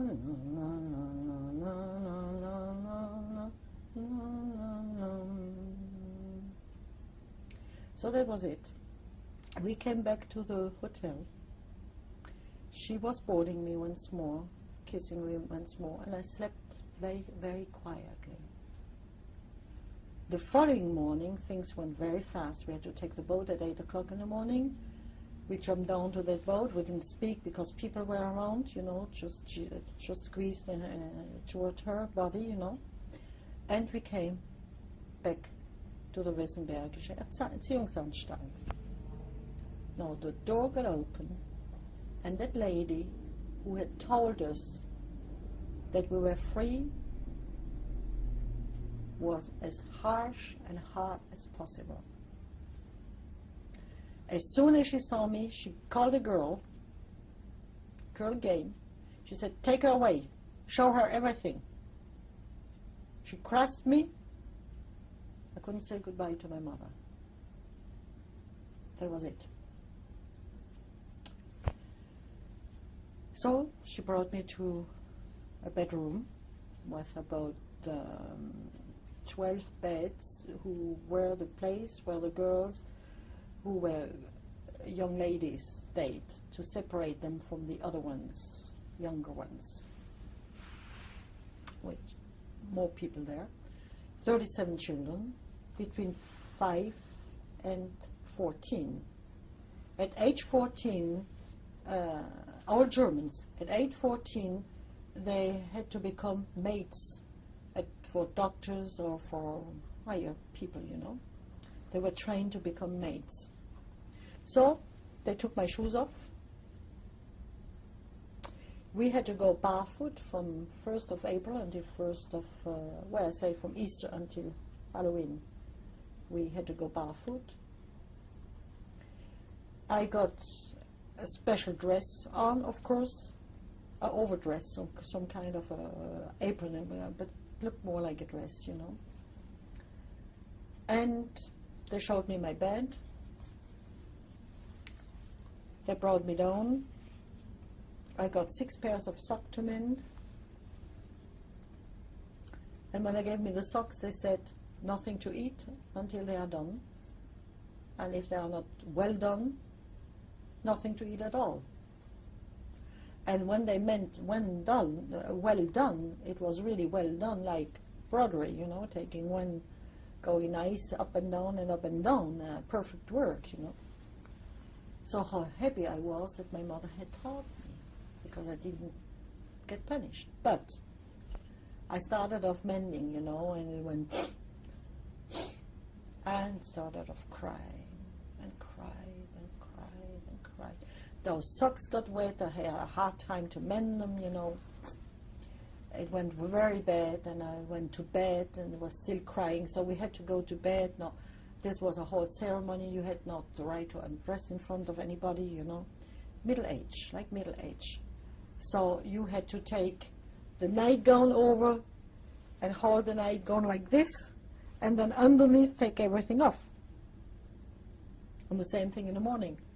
You had to take the nightgown up and put the things underneath on, when you were dressed underneath, you took the wet. This was a ceremony, All right, I went to bed and continued crying until I was exhausted. Must have been, 3 o'clock in the morning, something like that, when I finally could sleep. And we had to get up at 6 o'clock in the morning. And when I got up, I had blood stained my bed. So I said, that's it, my problem. Here am I. So the first teacher who came across, I ran to the person and I said, I had an accident last night. Blood stained my bed. She called a girl, showed her how to wash her sheet. So they had me outside. It was cold. The floor was cold. I had much pains. The problem was there. Cold water and to wash that sheet. So I was washing and scrubbing the sheet. I didn't hold my sheet correctly, so I got a completely wound here. My skin was gone because the thing didn't want to go away, you see. And I started off crying again. So the teacher came. She was young. She was 32 years old, or 33. She stood under the door and she said, you're crying? Ask your Jehovah to wash your bed sheet. I looked at her, I said, girl, that's not the way to get about. You stop crying. And you don't cry anymore here. Because if this goes on God's fame, you don't want that. So I dried my eyes, and she never was able to make me cry anymore. She tried several other ways to get me down, But I got my lesson that day. That straightened me right away out. Do you remember her name, that teacher? Messinger, Frida Messinger. And what about the director of the... The director literally was cold, but she was more honest. Do you remember her name? Lederle. Lederle was her name. Lederle was her family name? Yes, her family. I don't know her first name. Were these teachers Catholic? Yes, all of them. All of them. So, all right, it was said to me, school from, getting up, I should say, in the morning. We had to do our beds by open window, even in winter time. Go up and wash only the back and the face, nothing else. Everything else was forbidden, except on evenings of feet. But everything else, nothing. Absolutely nothing. We got the panties changed once a week, and if they were soiled, the child didn't get anything to eat for a day or two. We had the bed changed 3 times a year, the sheets. We had caps on the head because of the greasy hair, because they get washed twice a year, one for Easter, one for Christmas. It was like middle age. Everything was like middle age. But the worst of this all is that we had no right to talk to each other. I stayed 2 years without talking to anyone, except once. Now this was a girl who was next to me. This girl, one evening, I was in a corner, my bed was in a corner. The other bed would go the opposite, you see. She was next to me. She said, I have the feeling you are here in this house for another reason than the other children. You have different behavior. So I started off talking about the Bible, my Bible teaching. And suddenly, Sophie was her name, she said, oh, I saw Hilde going down, denunciation. 2 minutes afterwards, Sophie, Maria, down. Okay, I went down. I never got punished for doing things wrong in Constance. My mother and the friseur, the barber, Köhl Adolphe, as well as Marcel Sutter, they always said, no, you be careful. Refusing to do something is not being stubborn. You make a difference between refusing something or getting stubborn. You are never stubborn. So I was very careful always to be as easygoing as possible. Well, that night I was in transgression because I talked. What did you talk about? Well, the Bible. The girl next to me was a Protestant. So she put a leather apron on. She took a rod, a soft rod. I don't know what it was made, but it was soft. Girl had to bring the hand forth. She was beating on her fingers. So strong that it went down on her knees. That's why she had a leather apron on. And she did that 7 times. On each hand. You couldn't see the fingers anymore. And then Sophie had to leave. I handed my hand. She started off beating me, and she looked in my face and she said, your religion is always responsible for your troubles. When it comes about religion, you don't know anything else anymore than talk. She said, all right, I won't punish you today, but if it happens again, I catch up, it will twice as much. So I went up to bed, crying as much as the other one, of course, emotion, you know. But that was not all. A child who had gotten beaten on the hands, so many strokes, so many evenings without eating. We all ate together in a big dining room, and the child had to get up and say, thank you, when the plate came into the soup, you know, thank you, I have no right to eat because I'm punished. The child had to say that in order that everybody knew. And that meant 7 evenings without food for Sophie. Now, when my plate, I was taller than Sophie, older. When my plate came up, I got on my feet and I said, thank you, I'm punished, I have no right to eat. And the teacher was so surprised. It was the director. She was so surprised, you know. She looked at me, she looked at Sophie, and she said to Sophie, you come over here with your soup. I don't want to hear anything about that matter anymore. So she cancelled the punishment. You see, that's why I say she had a sense of justice in there, in the director heart. She was hot. Harsh, you know, but there was still some justice in there. Well, that Sophie afterwards, once in the staircase, she said, I'm here already 8 years, never saw that. I made like this, you see. I turned her down because we had no right to talk. After the war, I got in touch with her, and this is just in parentheses, you know, I got a little bit out of the story. That Sophie came in that house, she was 5 years old, as an orphan. And when she was 14, she was supposed to be a maid, and she was so afraid to live outside. She didn't know anything about life outside. There was an empty place in the kitchen. She asked if she could stay in the house, in the kitchen, work in the kitchen, and learn how to go out shopping and getting in contact with people. And they accepted her to go out.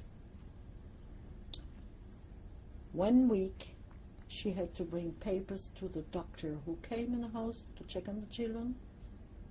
And that doctor closed the door and abused her. She was 14. And the same week, at the end, a man came and claimed her as being his child. Now, she believed she was an orphan.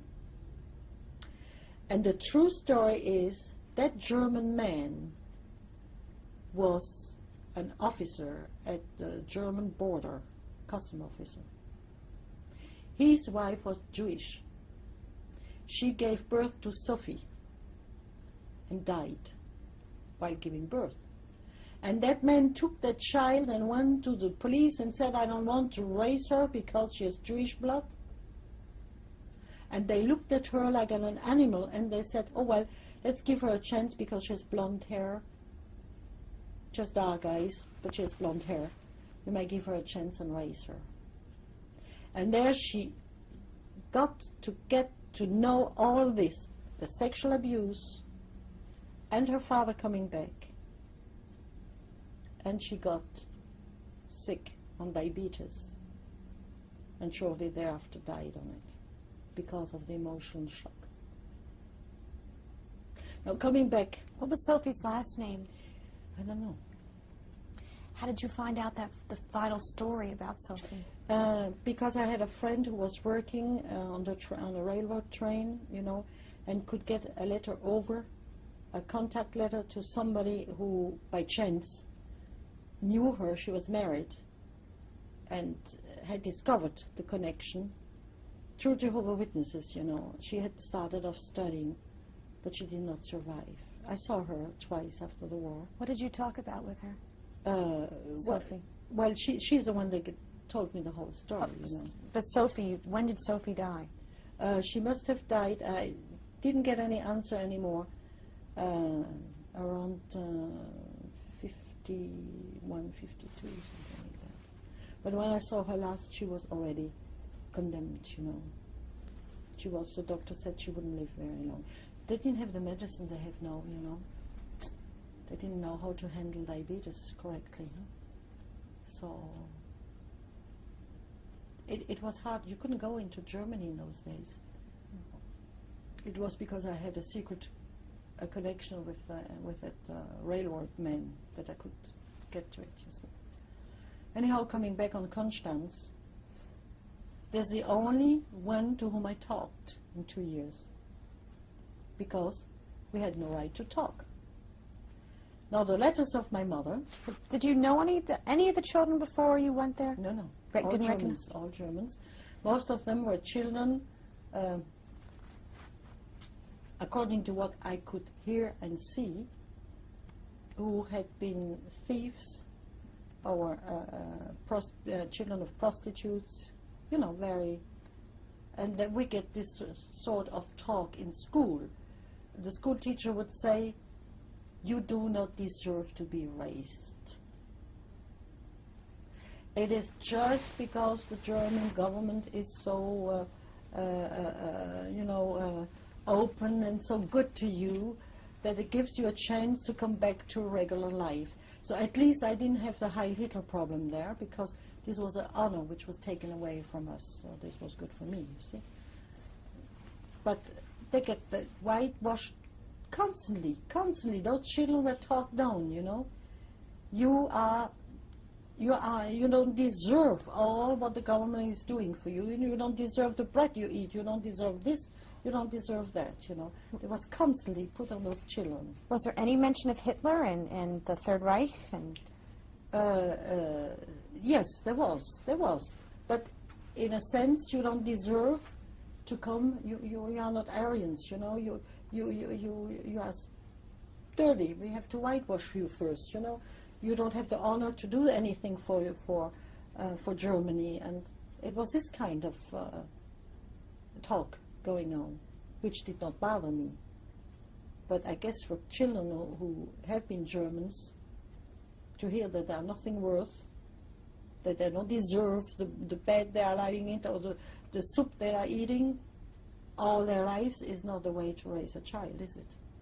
This was no complete different surrounding, you see. What did the children look like? Did they all look Aryan? Were they? Oh yes, oh yes, oh yes. Most of them blonde, you know, with braids and oh yes, they were Germans. Definitely blue eyes. I think we had about 3 or 4 who had dark eyes, but all the other was blue eyes. Yeah, they were true Germans. They were Germans, children taken away, because I remember once we had to, I was called to help with luggages. A child was going from the home to prison because she could not get straightened out. I don't know, with stealing or whatsoever, I couldn't tell. But when I came back with a teacher, after we had been on the railroad station, I got to talk about how it goes with children who do not get corrected and so on, you see. Either they would get made or they would go to prison. Now, after 4 months of being in that place, well, November it was, I was called back to the court once more, the second court case. In between this period of time, I had no connection with my parents. Letters came, but they had taken everything away from me. Even that little box, remember, with the Bible? I could get the Bible out of the box before the box was taken away. Because in my bedroom, I had a little box to put my privates in there, you know, because I had menstruation already. So there were my private things. That was the only thing I had. Nothing private whatsoever. No clothes, nothing private. Absolutely nothing. Not even a box. Not even a place where you could say, this is mine. You had nothing. So when you say your private things, was this your things you need? Rags for menstruation? Yes, that's all. So I had it there. And then when I came in the house, my first work was to clean the toilets. And after a while, I had to clean the room of one of the teachers. And I had to go under the bed every day. And so I said, let me put my Bible in the strings of her bed so I could read it. And that's what I did. Well, we'll continue about this in the next tape.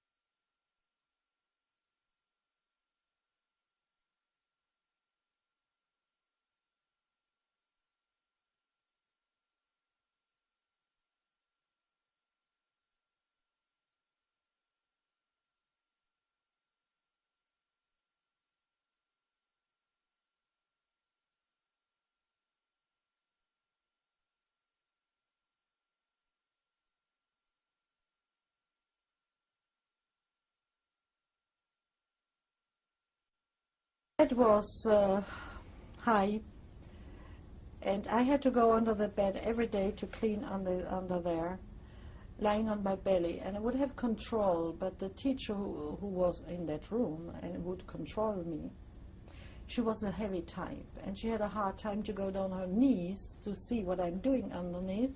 This gave me the chance to put my Bible just right back in the springs again. Thank you. So there I could do my Bible reading. And then on Sunday, the first Sunday in that place, the 3 Catholic present went to church, and the 33 Protestant went also to their church, and I was all by myself. So I asked the director, that elderly person, Frau Lederle, to read my Bible in schoolroom, because we had the schoolroom right in the house, and the children didn't go out of the property.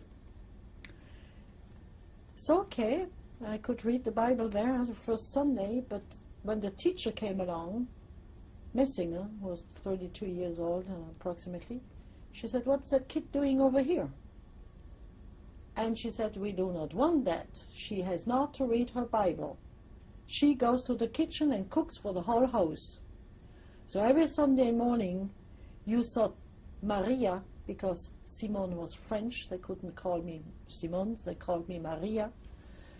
That Maria there, I was so small, they had to put me on a little bench, you know, because the soup pot was very high, and I had to turn that heavy soup for the 37 children, because we had soup for them breakfast, we had soup on evening. And we had most of the time some potatoes at noon, hardly any meat. The butter was used to make black market, you know. The teacher would sell it and turn it in for themselves, taking it away from the children. I had several times been called to take a big basket, there was butter in it, and a nice salad on top of it. I had to bring it to somebody in the town, so I know about what I'm speaking, you know, because I know where the butter went to. Since they had confidence in me, being a witness, I could go out of the house in town to pay bills, or to go to people and bring them something which came from the house, you see. So by a certain time I could go out there in the city, and I had a set time. I had to be back in 20 minutes or half an hour according to the distance.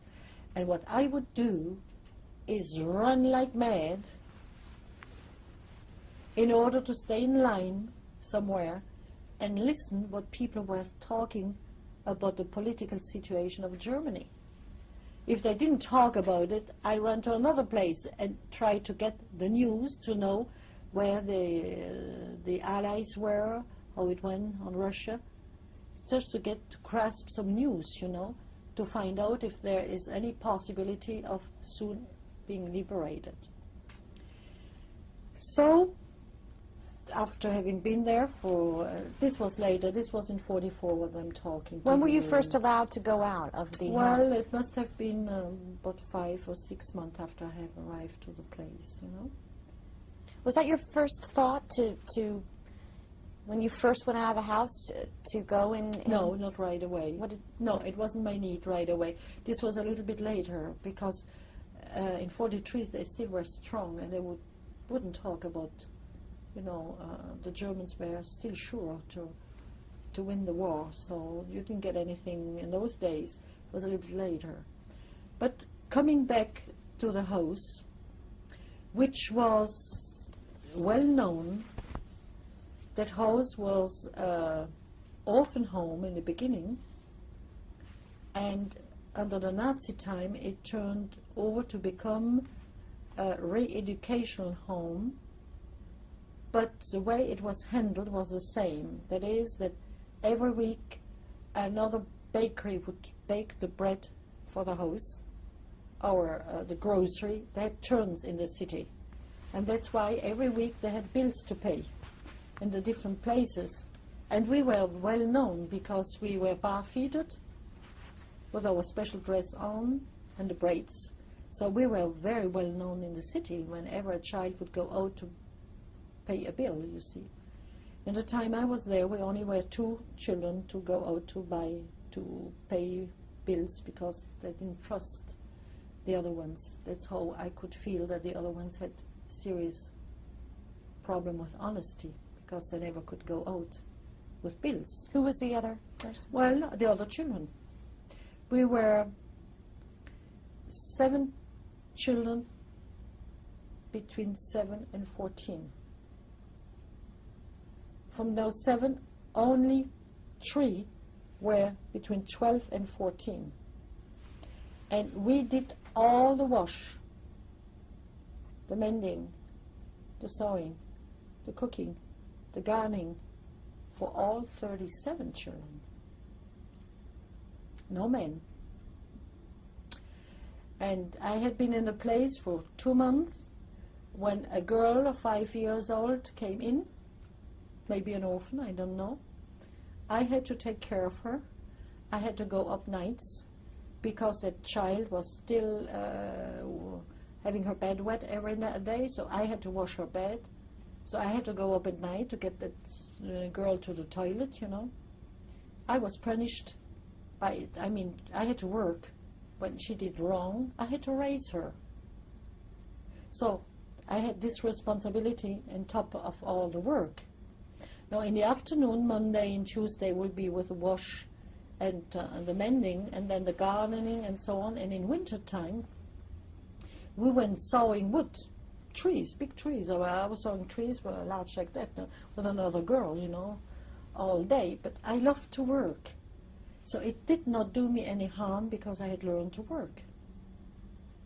I was happy to work. I mean, I didn't feel like being dishonored. It was rather a little bit the opposite way around. I was a little, proud of my achievements. During those days, Mother had come home after she had left me in that place. And I was in peace with myself because I said, I am the one arrested, not my mother. But my mother, when she came home, she couldn't stand the apartment anymore. It was empty. No piano, the dolls were there, I wasn't there. She saw the painting of her husband, he was gone. So she left the place and she went to her mother's place up in the mountains and got arrested there.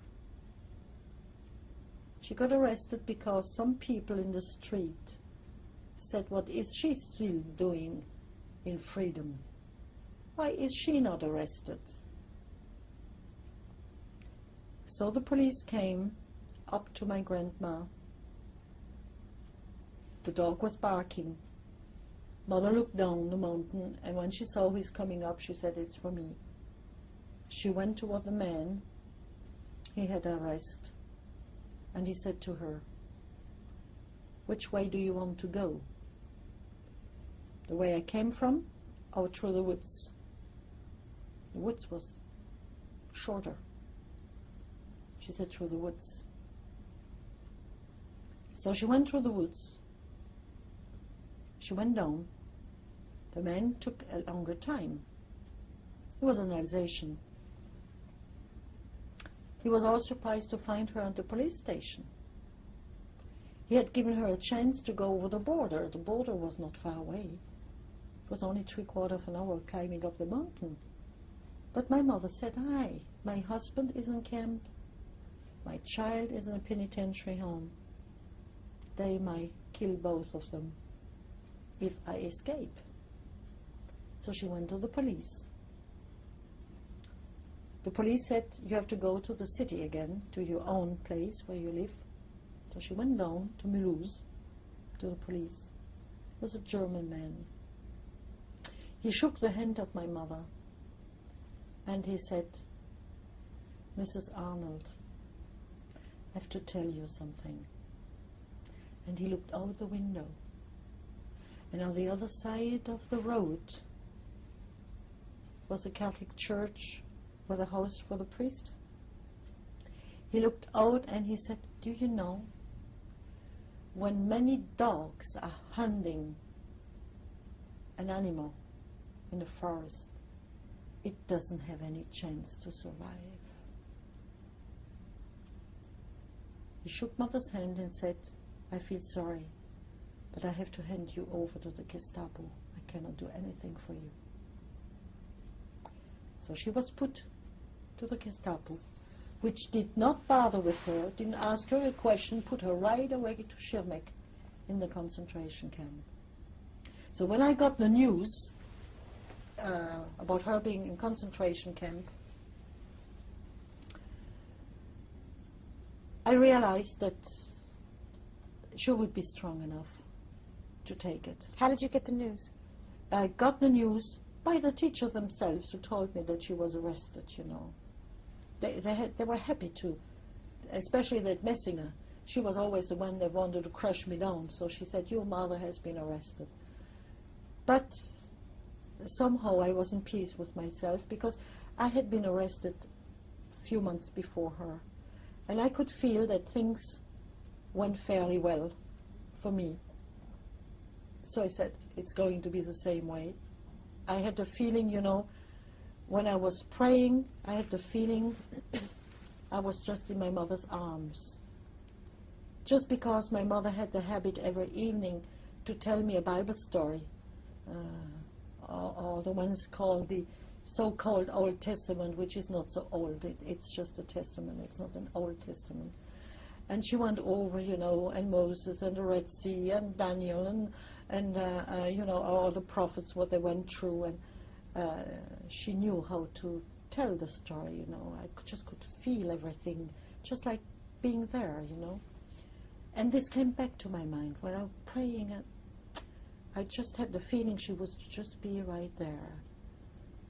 And then sometimes when I look up in the heavens, I said, well, if my parents look at the same moon at the same time, somewhere our eyes cross and come together.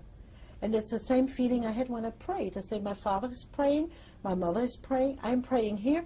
And that comes together and makes only one prayer up there. So I was in peace with myself.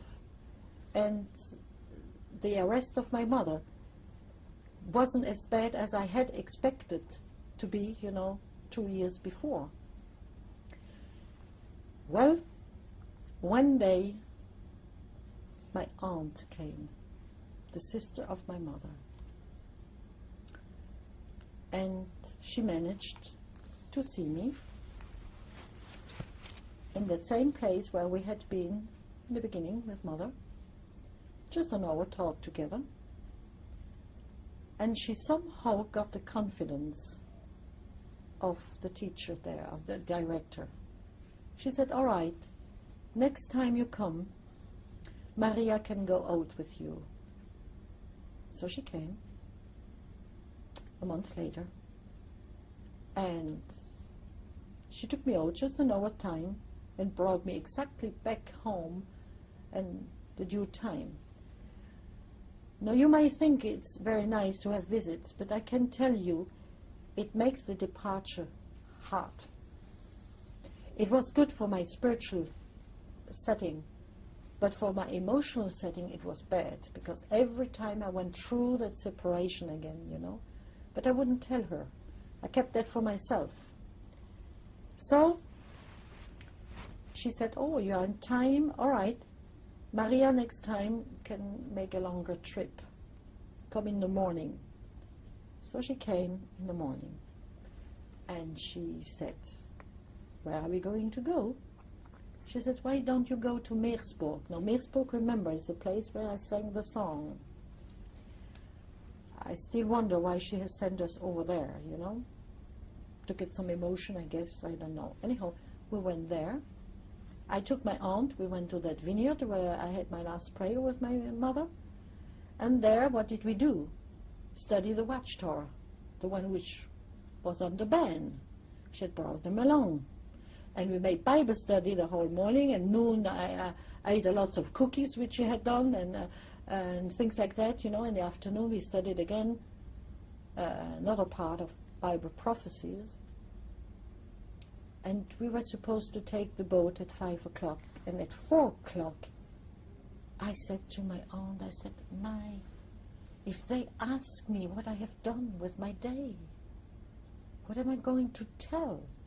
We have been sitting here with the vineyards all the day. So my aunt said, all right, we go right away to the castle and visit the castle. But by the time we came to the castle, it was closed. So, happily for us, in front of the castle they were selling cards.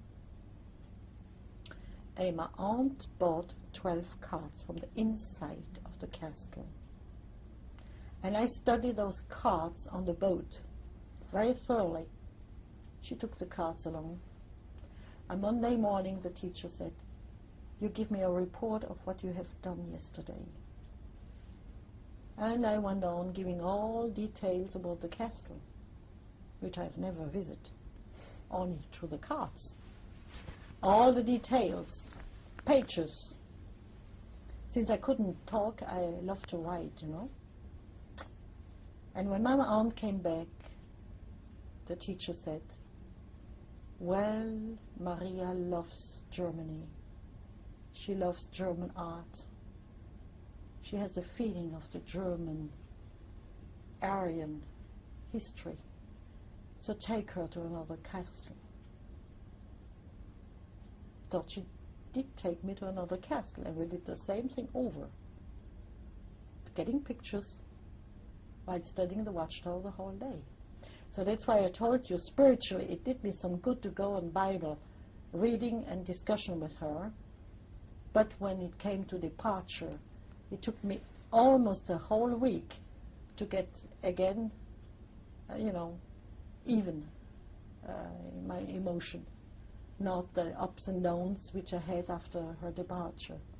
So she brought me news, and she told me that out of the 45 Jehovah's Witnesses in my hometown, 35 had been arrested and put either prison or camps or, and that Marcel Sutter, which had left before I was arrested, Marcel Sutter came home and said, I'm going to refuse military service by the Germans. I most probably will die. So we expected that he would die. And my aunt came and said, Marcel is under death sentence. We don't know when he's going to be executed. But one day I was scrubbing the floor, and the teacher came under the door, and she said to me, remember Marcel, the boyfriend of your mother who replaced your father? Because he has come to my house to teach me, remember? She said, the boyfriend of your mother who has replaced your father, he has been beheaded. And she expected me to cry. And it was the opposite. I said, he kept faithful until death. And thereafter, when my aunt comes once more, she got his last letter. And his last letter states the following.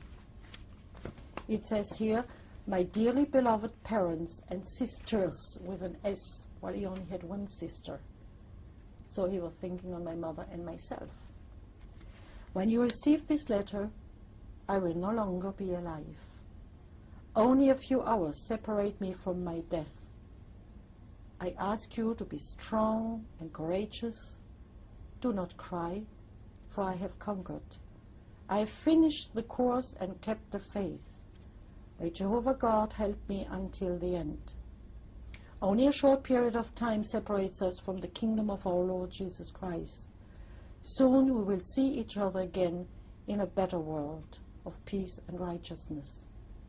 I rejoice at the thought of that day, since there will be no more sighing. How marvelous that will be. I am yearning for peace. During these last few hours I have been thinking of you, and my heart is a little bitter at the thought of not being able to kiss you goodbye. But we must be patient. The time is near when Jehovah will vindicate his name and prove to all creation that he is the only true God.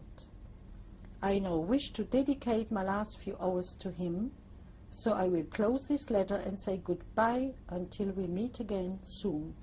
Praise be to our God Jehovah, with my warm love and greetings, your beloved son and brother Marcel, 23 years old. So the opposite had happened. Where was he beheaded? In Torgau, near Berlin.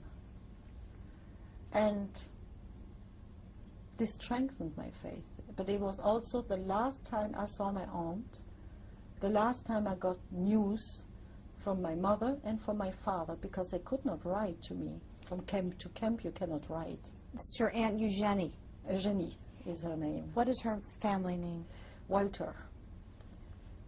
And she was the one that got the letters from father and from mother, and would give news from one to the other, in a secret way, of course. But this was the last time. This was in 44.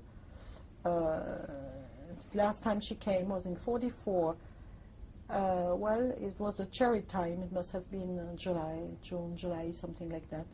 Then afterwards, you know, well, it must be June, because from the time on the American army came to France, the 18th of June, it was finished. She couldn't go on a train anymore. She didn't have any pass, and it was finished. She couldn't come. So I stayed without contact from June 43 until April 44. No news, not knowing whatsoever what my parents were, you see.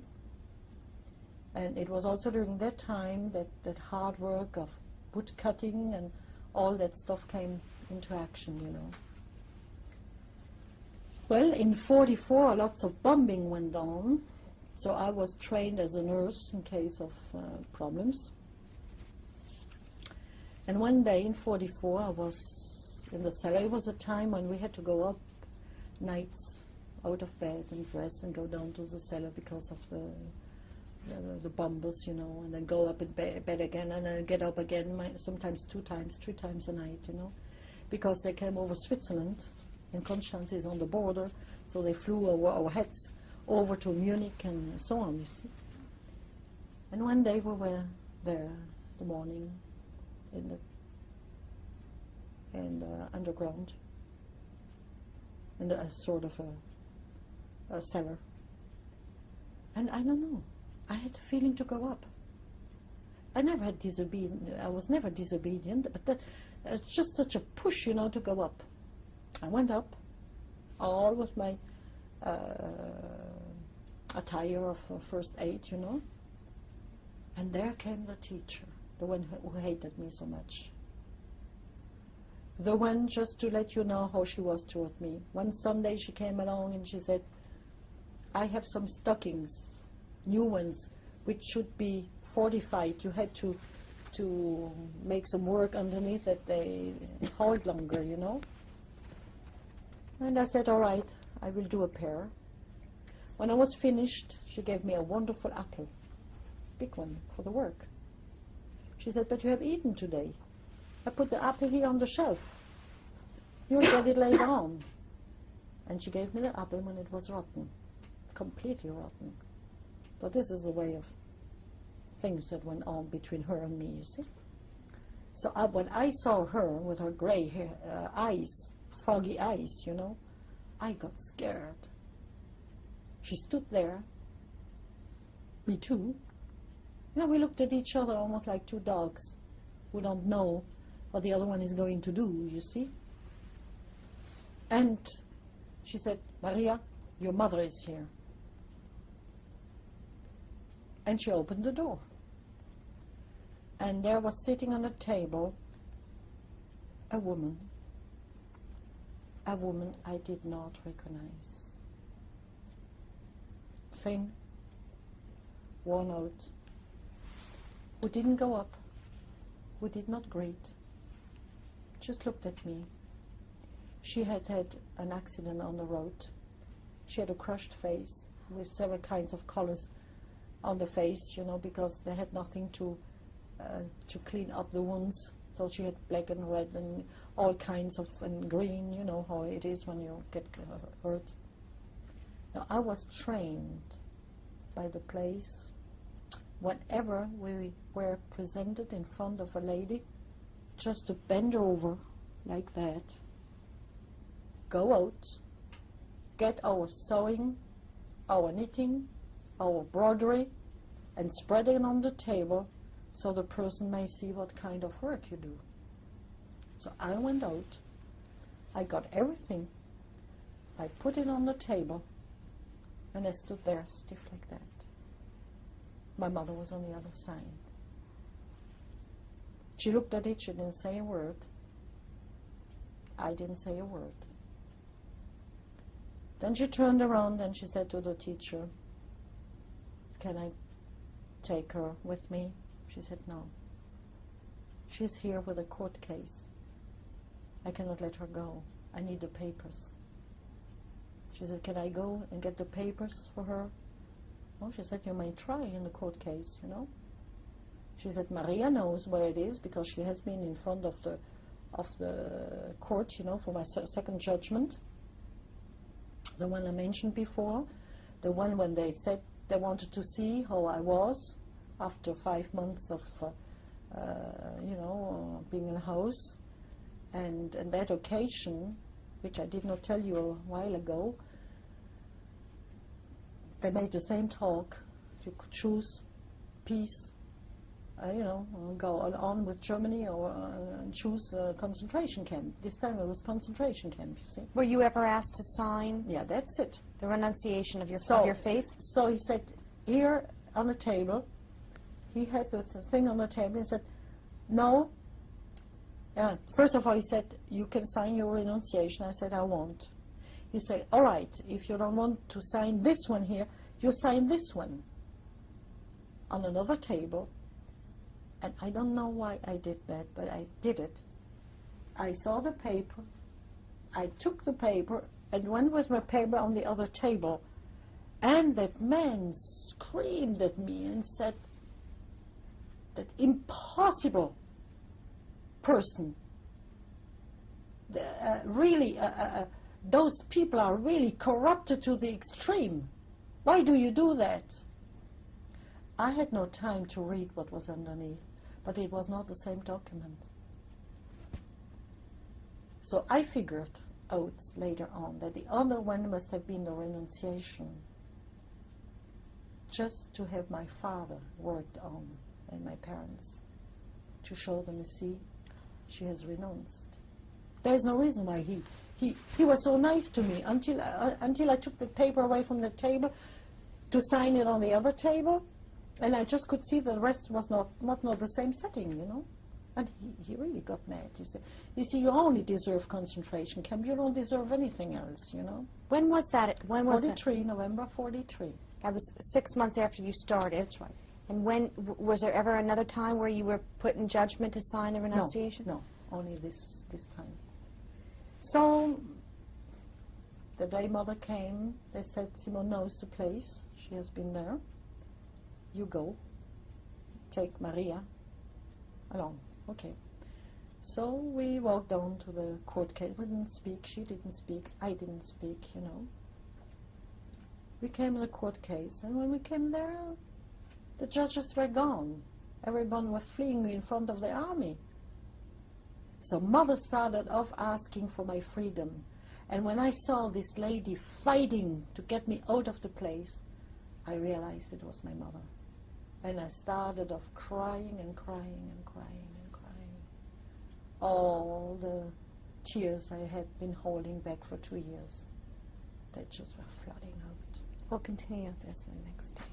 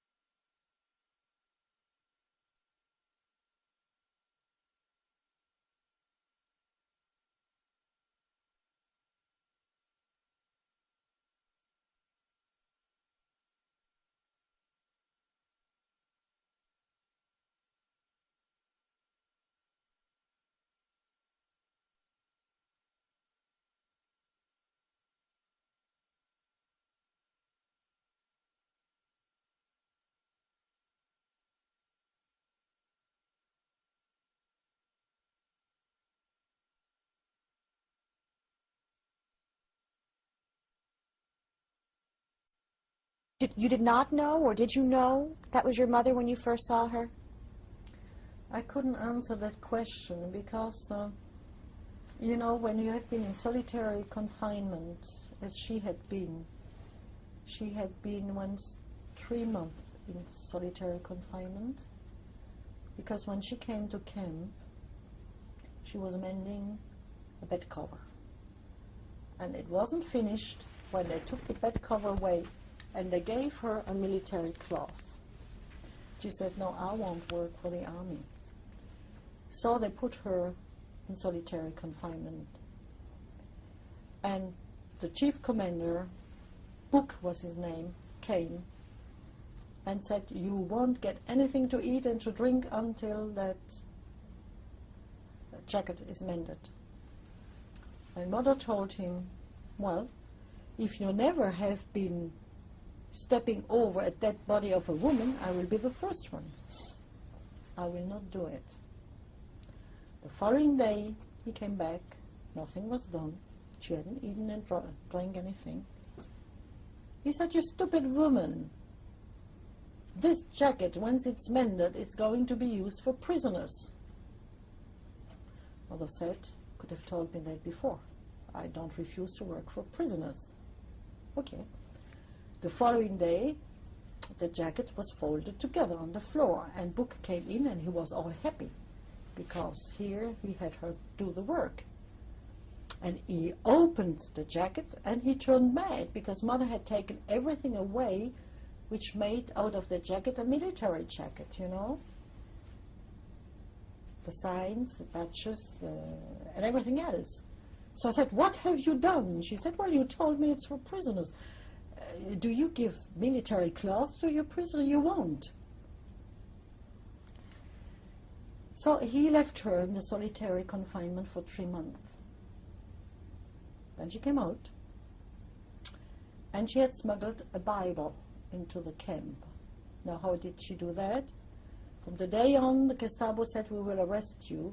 She made herself a girdle with a double pocket in there and the Bible, and had it constantly on her, and another girdle in top of it. And so when she came in a prison, she had to undress. And when they saw the double girdle, she said, what's that? She said, oh, you know, stomach trouble, so I need to have something to hold my stomach. Oh, she said, we have no time to take the thing off. Okay, go in. And that's how the Bible got into the camp. And as soon as it was in the camp, she put it apart so it could circulate, you know, piecewise, not the whole, in case it would catch. And she did Bible teaching. As a matter of fact, she helped the French president of the Red Cross, who almost decided to die, to sort of a suicide, you know. She helped her on getting the morals. She said, you don't let yourself go because you are a woman. They are almost animals the way they act. So you don't let yourself be pushed down. Stay up to what you are. So she could help that person, you know, to keep strong and survive. But the other girls to whom she taught the Bible somehow was a denunciation. And Mother was put again in solitary confinement for 4 months. And the second solitary confinement was next to the Gestapo room where they had the cross interrogation, you know. And she heard screaming nights through. The blood came in her cell. And she stayed there for 4 months without seeing a person except the one who brought her the water or the soup. And one day, the door got open. A man was there, military clothes, Hall of Science there, you know, with policemen with the guns in the hands. So she had to go up and say who she was and why she was in camp. So she said, Bibelforscher. The other ones started off laughing and said, ha! Have you read the Jewish book? And she answered, yes, Amiral, because she saw all that thing. And he started off laughing and said, oh, I'm an Amiral. Have you seen that? I'm somebody in the army. And he ran off. A while later, the waiter came and said, you know, you escaped death because of your joke. She said, what joke? Well, he said, that was not an Amiral. Didn't you recognize him? It was Himmler. But, you know, he got flattered because she compared him to an Amiral, you know. An Amiral is a, I don't know if it's the right word. They're a very high position for sea people. See? So he he felt himself comfortable with that, you know. And the name of this camp that your mother saw? Schirmeck. That's Schirmeck in Alsace. When was this that Himmler visited her? Well, it must have been during 44, because she was moved in September 44 to Gaggenau on the other side of the Rhine River. In this camp that she told you about, what other kinds of prisoners were there besides Jehovah's Witnesses? Well, resistance, French resistance a lot, you see. Political, most of them. Was she able to be with just Jehovah's Witnesses? Yes, to a certain extent. When she came to Gaggenau, she was called to be a maid at the SS place. And that woman, the lady, the wife of that SS, didn't give her even a glass of water, nothing. She had to take her food from the camp over to her place. And she was in the bombing section, you know. She was bombed out about twice. When she told me she didn't want to go in a safe place, she crossed the garden, and when the bombing went on, she made a hole in the ground, went in it, covered herself with the ground, under the tomatoes or the beans, and then sulfur, burning sulfur came over the whole place. It went over her leg, but since she had lots of ground on her leg, she got saved. And the ones who were underneath, they all were killed. So she went through a lot, you know. And she was completely exhausted. And a moment she couldn't get up anymore. And at a particular time, another witness had to replace her for mending at that SS place. And she would steal a carrot every day in a garden and saw this carrot in the leaf and bring this carrot to my mother. And another one had the possibility of getting a little bit milk. And with this carrot and the milk, mother got sufficient strength to get back on her feet. And they wanted to bring her over to Ravensbrück and had her walk and walk and walk and walk. And suddenly she got abandoned by the SS. So she went on a truck to get me. And the truck got bombed. And she was falling on the street and got her face crushed. Now, it was in this condition my mother came, you see. So she didn't have any normal reaction. You don't have any normal reaction after you went through all that, you see. Did your mother ever tell you that she was mistreated by the male SS? Was she... Not further, no. Not more than the solitary confinement, you know. Not physically? Or? Not physically. Mother never physically. So, but she was emotionally, you know, crushed. No spontaneous feelings anymore. No, you know, too near death. And on my side, everything was gone. When a child stays 2 years without talking, except for the 4 or 5 times my aunt had come during those 22 months, you know, your feelings somehow are not natural anymore. And we came over to home, over Switzerland, home. We found the place locked up, but it was in correct state. But when we came home, father was on the death list. We were waiting for him, and suddenly it appeared on the rescue, Adolf Arnold, missing, death. And one day, the barber's wife came. She rang the door, the bell. I went opening the door. I said, Maria, what are you doing here? She never came in weekday anyhow. She said, Simone, I'm not alone.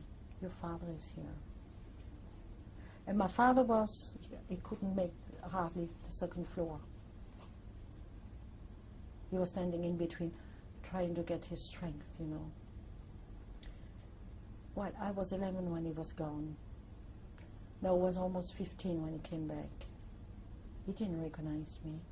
He passed by. He went to his wife. And we wanted to talk to him, and he had lost his hearing from beating. He was deaf. He had been sent to Dachau where he had got the typhus. And after that, one of the SS wanted him to be a painter for his personal interest. And in order to get him out, the other SS said to my father, "Here are boxes, you paint flowers on those boxes." But inside was munition, bombs and things like that. And my father said, "No, I do not lie, not even with a pencil, with drawing. I know what's in there, I won't do that." So they took him over to the place where they made research, medical research. They put a fly in a cage on his arm, eating him the blood every day to get him the malaria, the sickness. For the Rommel army, who was in North Africa, where the Germans had quite a few sicknesses there, they got him on that because they thought he has had 2 weeks with typhus and fever, and he survived. He must have something special in his blood. So they had him 6 weeks on that treatment. And after this was over, they sent him to Mauthausen in a death commando. So he came there, and he had to work in those 185 steps, carrying those heavy stones, from down up there. And one day he was seen by one of a purple triangle who came to repair electricity, and he saw that my father was at the edge of dying. He couldn't walk anymore. So he got him out and brought him over to Ebensee.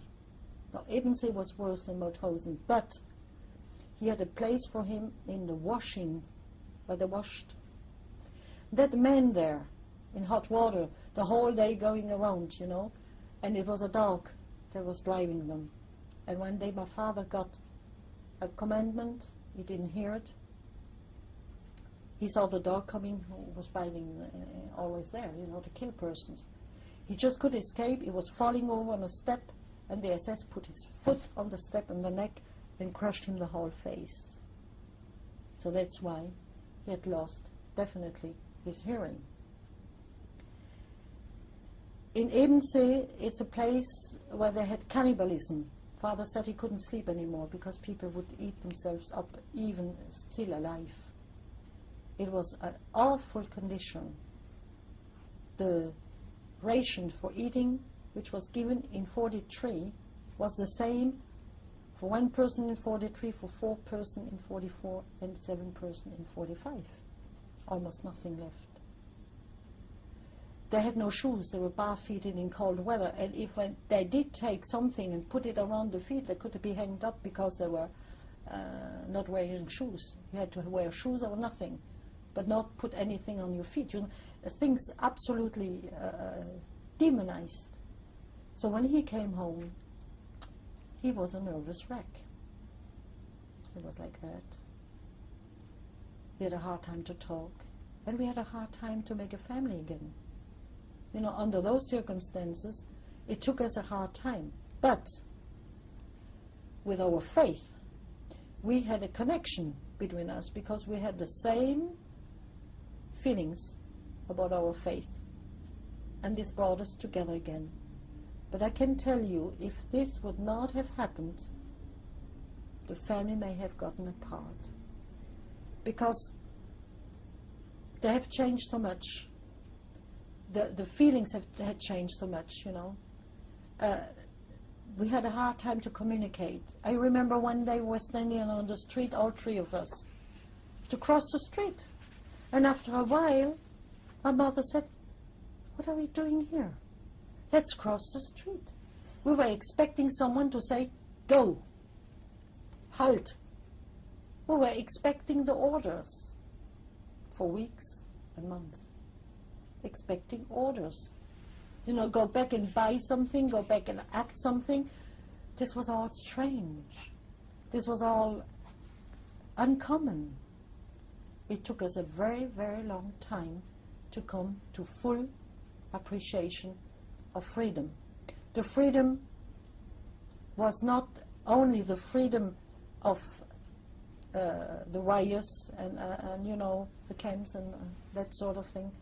It was also to get rid of inside impact of that specific life, you know, where you had to take personal decisions afterwards. We had to grow up again.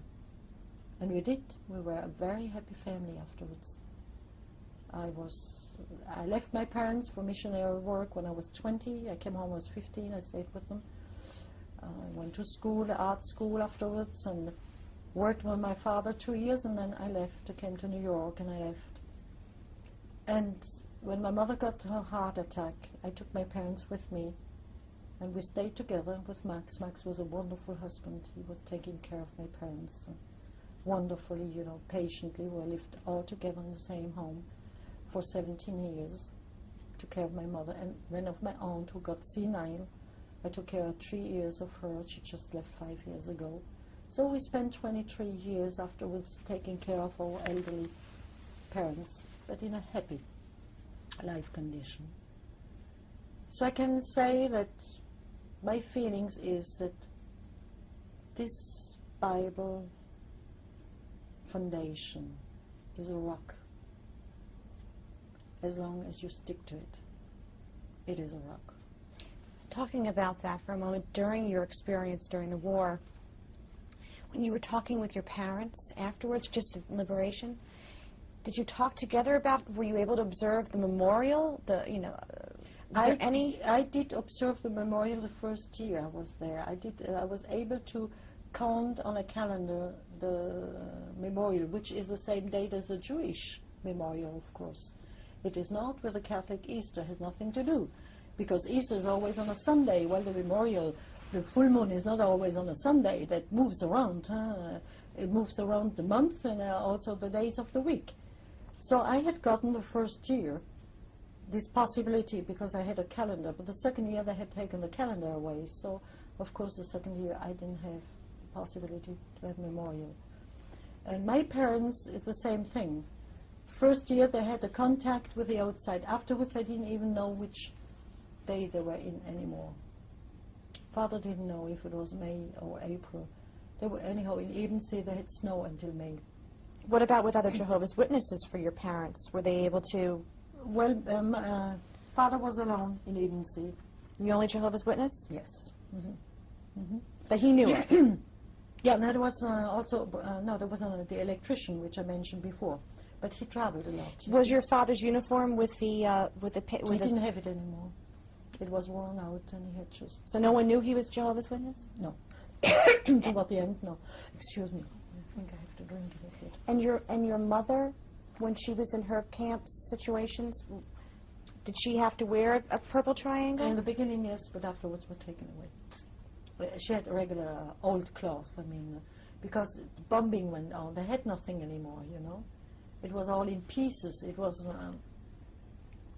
situation was, Germany in war, the wartime, the last months in Germany were terrible because of hunger and lack of sanitary condition and everything. The first years were, with punishment, very severe on Jehovah's Witnesses. 1939, my husband has seen things with the witnesses, awful, you know. And still my father, as I told you before, when he was with typhus, just because he had a purple triangle, he felt fever. He went in there and asked the doctor, you know, I don't feel good. He had him take his own blood pressure, and he had no strength. And you know what that doctor did? The fist and the nose, and all his teeth came out. There was a doctor. See? So they went through a lot, both of them. And just in the beginning, when they came, they just exchanged a few things, but they never talked about it. It was a time, it was just too much. We did not share our past. No, we didn't. Did there ever come a time when you did? No, we didn't. It's all through friends that I got to get all the information. And I've heard my father once telling that to outsiders, to friends, you know, and I was next to it. I could get that first testimony. What story was that he Well, he mentioned another, the ones I just told you, you know. About the typhus and the malaria? And malaria and the stairs. And another one he repeated very often when he went on Bible teaching. Jehovah's Witnesses do not believe in Christmas because Christmas is not in the Bible. Jesus never said that you should have honoring his birth. Birth honoring, as a matter of fact, has a pagan origin. So the Bible doesn't, you don't see any prophets having anniversaries, you see. So he said, always the same SS that wanted to him to have paintings done, he always called on my father, you know. And he called on him for Christmas, and he said, you sit next to me so I can drink, and nobody sees what I'm drinking, otherwise they steal me the alcohol away. So he had the alcohol under the chair, and he would drink. And then they were singing all the Catholic or Protestant Christmas songs, those SS. They had Jesus in a cradle there, and the tree, and everything. And once in a while they went out killing somebody, came blood-stained in there, and continued singing Christmas songs. I'm telling you, when Christmas time came about, my father every year got down. I cannot stand that Christmas, that pagan atmosphere. I still see that bloodshed in concentration camp. Now this is a thing he would talk very often, you see. Another thing he mentioned very often, in Dachau were more than 4,000 Catholic and Protestant priests, you know. And he had a good contact with them. And the priests, they would say, you know, you witnesses, you are in camp because of the first commandment. We are in camp for the second commandment. The priest had a red triangle, political. Only Jehovah's Witnesses had a religious triangle, the purple. Because as a whole, they stand firm against Nazism as a whole. While the Catholic Church or the Protestant individuals were against. But the top was not. The top was for, you see. They didn't even step in to liberate the ones who were in camp, you know. So those priests said, we are in because we gave a piece of bread to a prisoner. We were hiding a Jew. You know, things like that, which is very nice. But they said, you witnesses are there because you obey God rather than man. So this is the first commandment. And Father very often said that, you know. The priest in camp had high respect in front of the witnesses because they realized that their church didn't step in for them. And they were disappointed with their own religion because they were standing there knowing that the Pope and all the big ones, you know, as Niemöller said, you know what Niemöller said? Niemöller was a very well-known pastor, Protestant. He said, when the communists were taken, I was not there. When other people in Germany were taken, I was not there. When the Jews were arrested, I was not there. And when I was arrested, nobody was there for me either. And when he came out from the camp, he mentioned Jehovah's Witnesses, and he said, if we would have had that stand, many things wouldn't have happened in this country. And I think that's it. You know, when you think it over, if only the religious people would have said, no, the first commandment, and the second one doesn't allow you to go into war. They all claimed to be believers in those days. There were not so many atheists like today, you see. They all claimed to be believers. And yet they did not stand up toward it. So you cannot say God has forsaken his people. It's not true. It's the people who have forsaken God. That's why the things turn bad. Because if the people would have listened to God, God would have acted toward them like he did act toward us, like he did act to anybody who did right. But most of the people turned their back on God because they didn't have sufficient information about the faith. Superficial faith, you know, the kind which doesn't sink in. And then when troubles come, well, it reminds me on, Jesus said once, when you build a house, build it on the rock, not on sand. Well, sand is nothing else but rock in pieces, isn't it? If your faith is based only on light things, it won't stay. If it's on the rock and you leave it there, it's going to survive. And this is the story of the stand firm of the witnesses, or do not fear, because there was not such a thing like to have fear as long as you know you are in harmony with what the Bible says. So we got out stronger in faith to comparison of some others who have lost their faith, because we have seen God in action. My father was called to the SS each time I would take a stand, and he was made responsible for my education. Each time.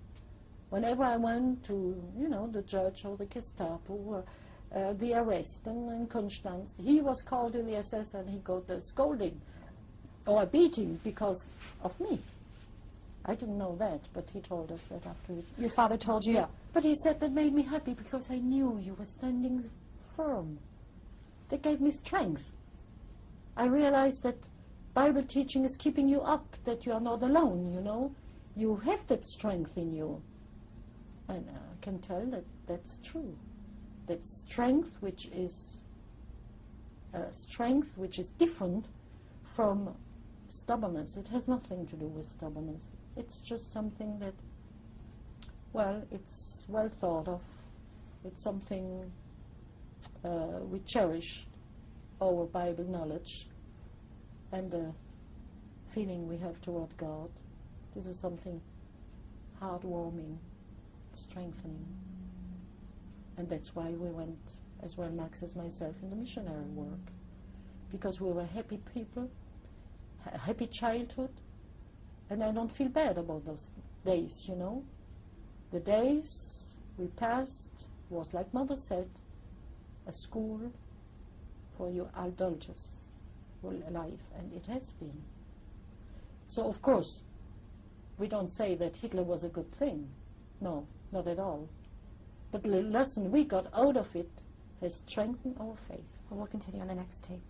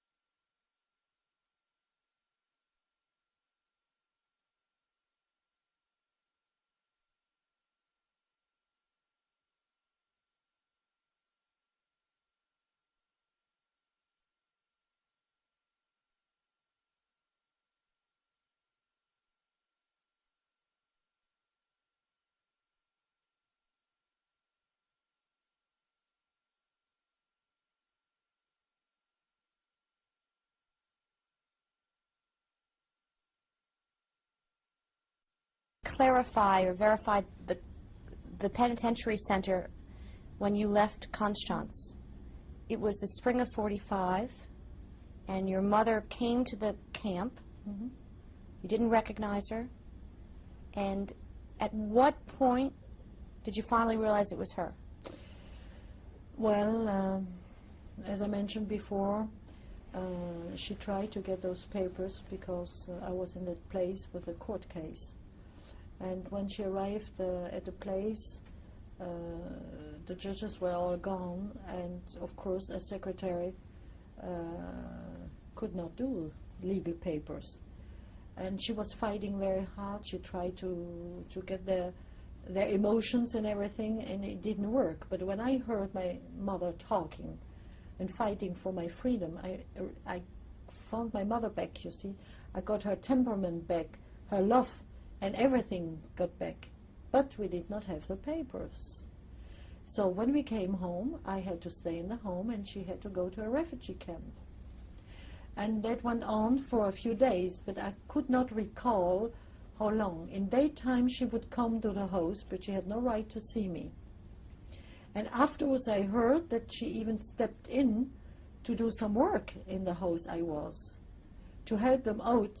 They had little, what do you call, not sheep, goats, and a she-goat.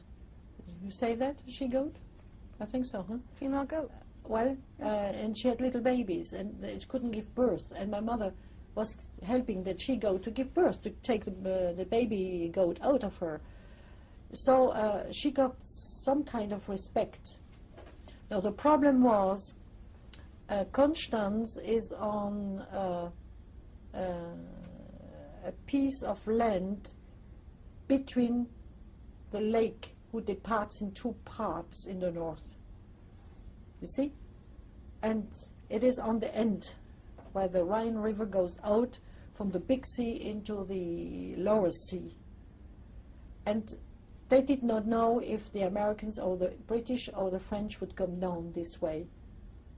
But as soon as they realized that the French army was stepping into that land there between the lakes and heading for Konstanz, they threw us out.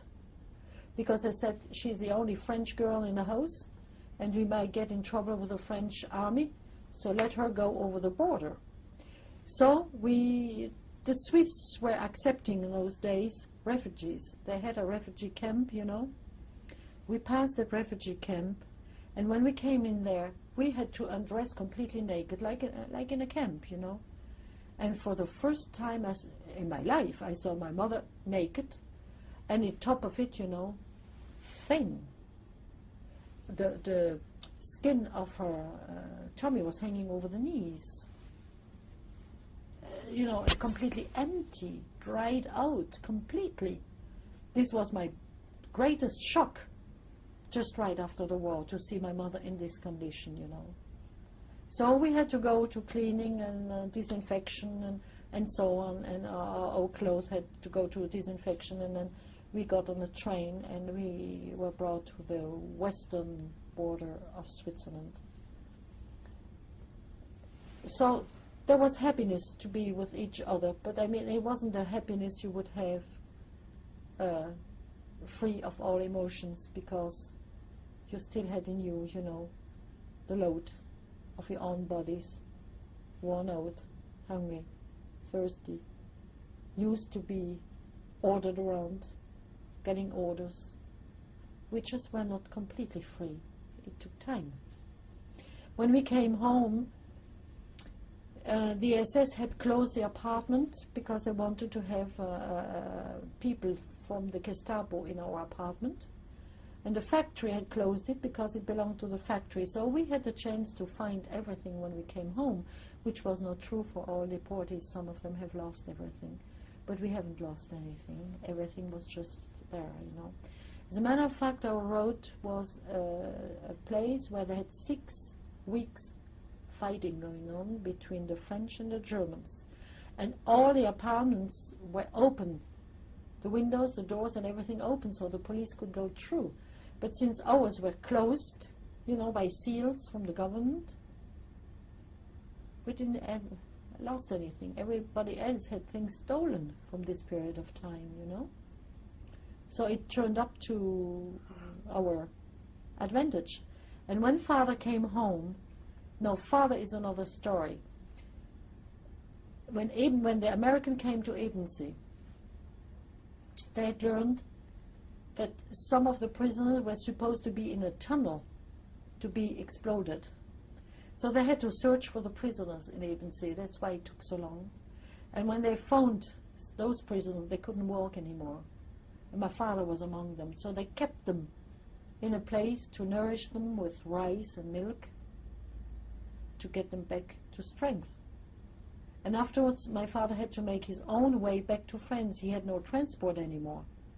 The Red Cross was gone, you know. He came over the border a long time afterwards. As a matter of fact, he came home 2 days before Pentecost, which was in June. Long time after the war had ended, you know. The war ended in May, beginning of May. He came home about 5 weeks later. So when he passed by with the train, he saw our house. So he knew we were home. Well, he knew the apartment was standing there. It was not bombed. The city was bombed. And then he went right away to the barber shop. And there he heard that we had come home. So father knew when he came home that we were there. So he sort of released, you know, to know that his wife and his child has come back. But as I told you, he couldn't work, I think it was 15 months before he could start off working again, you know. He was too shaky, you know, with drawing pictures. That was not possible. He went like that. His first picture he did was in 1947. He calmed down with the shaking, you know, and could go back on more regular work, I should say. Does that answer your question? It does. What did you want to do? Well, I had in mind to be a missionary, but my father believed I should get trained. And I refused to go back to school because I had no schooling between 1941, age 11, and 1945, age 15. So I would have had to go to school with children 10 years old while I was 16. And I just couldn't make it, you know. So that girl I mentioned before that stopped saying Heil Hitler, she had gone through school regularly, and she was in a professional school, and she would bring me some homework home. So I continued to study on homework. And then the French state gave the possibility of going to art school by competition on drawing, not on exams, you see. So I went on competition and was accepted in that school. So I did 2 years of schooling, and I would have gone to Paris in the Beaux-Arts in Paris. But I was heading for missionary work, and I thought it was sufficient to have those 2 years, which gave me the principle of printing material and how to handle, you know, drawings and paintings for printing scarves or material, you know, for curtains or for dresses. Do you regret not going to Beaux-Arts? No, I don't. I don't, absolutely not, because, you know, I have been raised with a father who was a very good artist. As a matter of fact, some of his work are in a museum in France, in Mulhouse, in Musée de l'Imprimerie. This is the printing museum. And he has been a complete artist, and he has given me lots of counsel already as a little child, you know, and afterwards too. And there was a time I didn't do too much painting because, well, I went behind English and then went to Algiers as missionary and then sent back to France, and, you know, life took over, lots of work. And finally, so latest years, I'm going back again on aquarelle and acrylic and do again some paintings, you see, presently. I catch up to give something to my friends, which I had never done before. I say I better give them a souvenir, as long as my eyes are good, as long as my hand are too shaky, you know. I'm getting older, and sometimes I feel my hand is not as straight as it should be. So I better get my work off a little bit and make my friends happy. So I'm doing some artwork just right now. Has your experiences during the war influenced your artwork? Not at all. Absolutely not. No, absolutely not. I'm specialized in flowers and scenery, snow especially. Yes, snow and the lake. I work a lot on our lake, you know. So no, we have been, my father and myself, on rather peaceful, not modern painting, not aggressive, peaceful, the one, you know, that helps you to dream, not the one that gets you excited. Electrifying painting is not our feelings, you know. Just classical painting. Try to get an atmosphere, something not too close on photography either, you know, which is an art for itself. Something in between photography and Renoir, you know, in between. The Renoir colors are our setting we always liked. Don't like hard contrasts. How did you meet your husband? Well, my father had asked me to learn English, and if I did speak a certain English, I could come to the International Convention in 1950 to New York, and that's what I did. I was 20 years old, and I crossed the ocean with Ile-de-France, and I came over here, and I stayed in East Manhattan in 31st Street. And I did some rooming work for the convention for the Watchtower Society. While how large was the society then in New York? Well, I remember of 3 congregations: East Manhattan, Westminster, and Bronx. Maybe there were another one, I don't know, but those are the 3 where I went, you see. And I saw Max the first time at a friend's place. He was invited at the same time as myself. But it was a time I didn't think of marriage, and he didn't either. So we just met, that's all. Then I came back in 1952 for the missionary school of Gilead in Upper New York State in Ithaca. And I saw Max again, and we talked together, but nothing has happened, you know. We still didn't believe in marriage. I came back in 1953 at the convention, International Convention, representing Algeria, because as missionary I have been gone there, but the war broke out, so I had to go back to France. And they sent me back to Paris, where I stayed for 10 years. And then finally in 55, Max came over to Paris on a convention, and that changed our situation. That's where we got engaged in Nuremberg, where we had 117,000 witnesses at the same place where Hitler used to have his parades. And that's where we were making our lives as being one goal. And that's it. Was there a hope for family? Well, we did not work for it. We didn't work against it, but we didn't work for it either, because we had the missionary work in mind, and we had seen a lot of things for children, you know. We felt there's a time for things and a time to say no. And as I said, we did not work against it. I mean, we didn't. We used Bible principles in our life, but they didn't come. So we are happy because we have many spiritual children. We have been able to help over 100 of persons. As a matter of fact, almost 200. To get knowledge of the Bible. How has your experience during the war helped other people? And what kind of advice do you give to people, other witnesses, or anyone who asks you?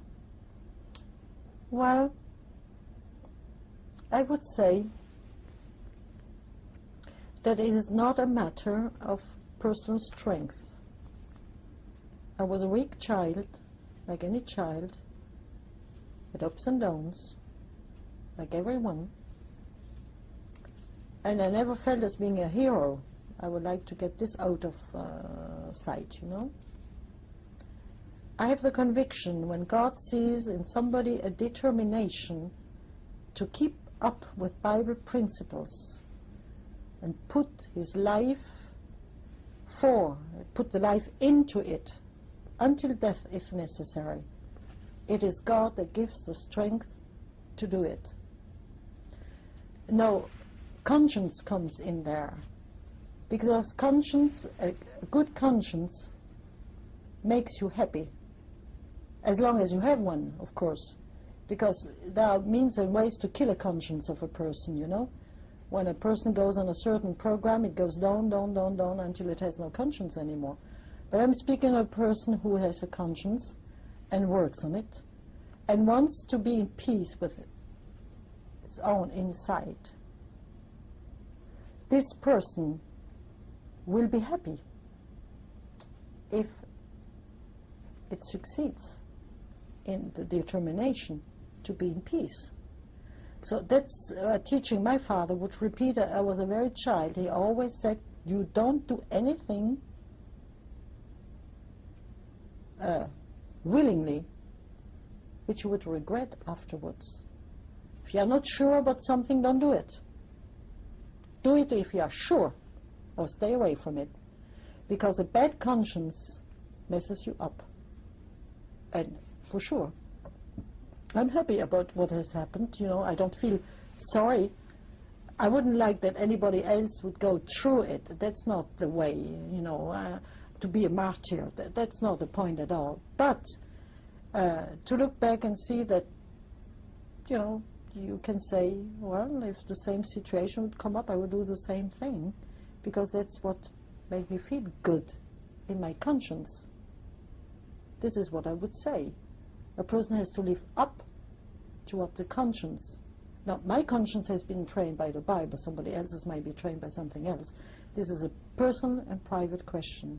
But for me, living in harmony with a Bible-trained conscience has more value than any money or anything else. I could have made a very big career with painting.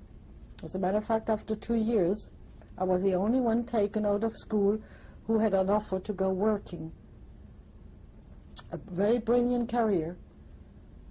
But I decided that to help people, to get consolation, to get hope, to get out of that pressure of this kind of life who ends up with death. To get them out of that and give them a hope to live is more important than money. And I still have that same feeling. I'm over 66 years old now, and I still feel the same way. That's why I like to share our experience, because it has brought to us another kind of value, which for us is greater than gold and silver.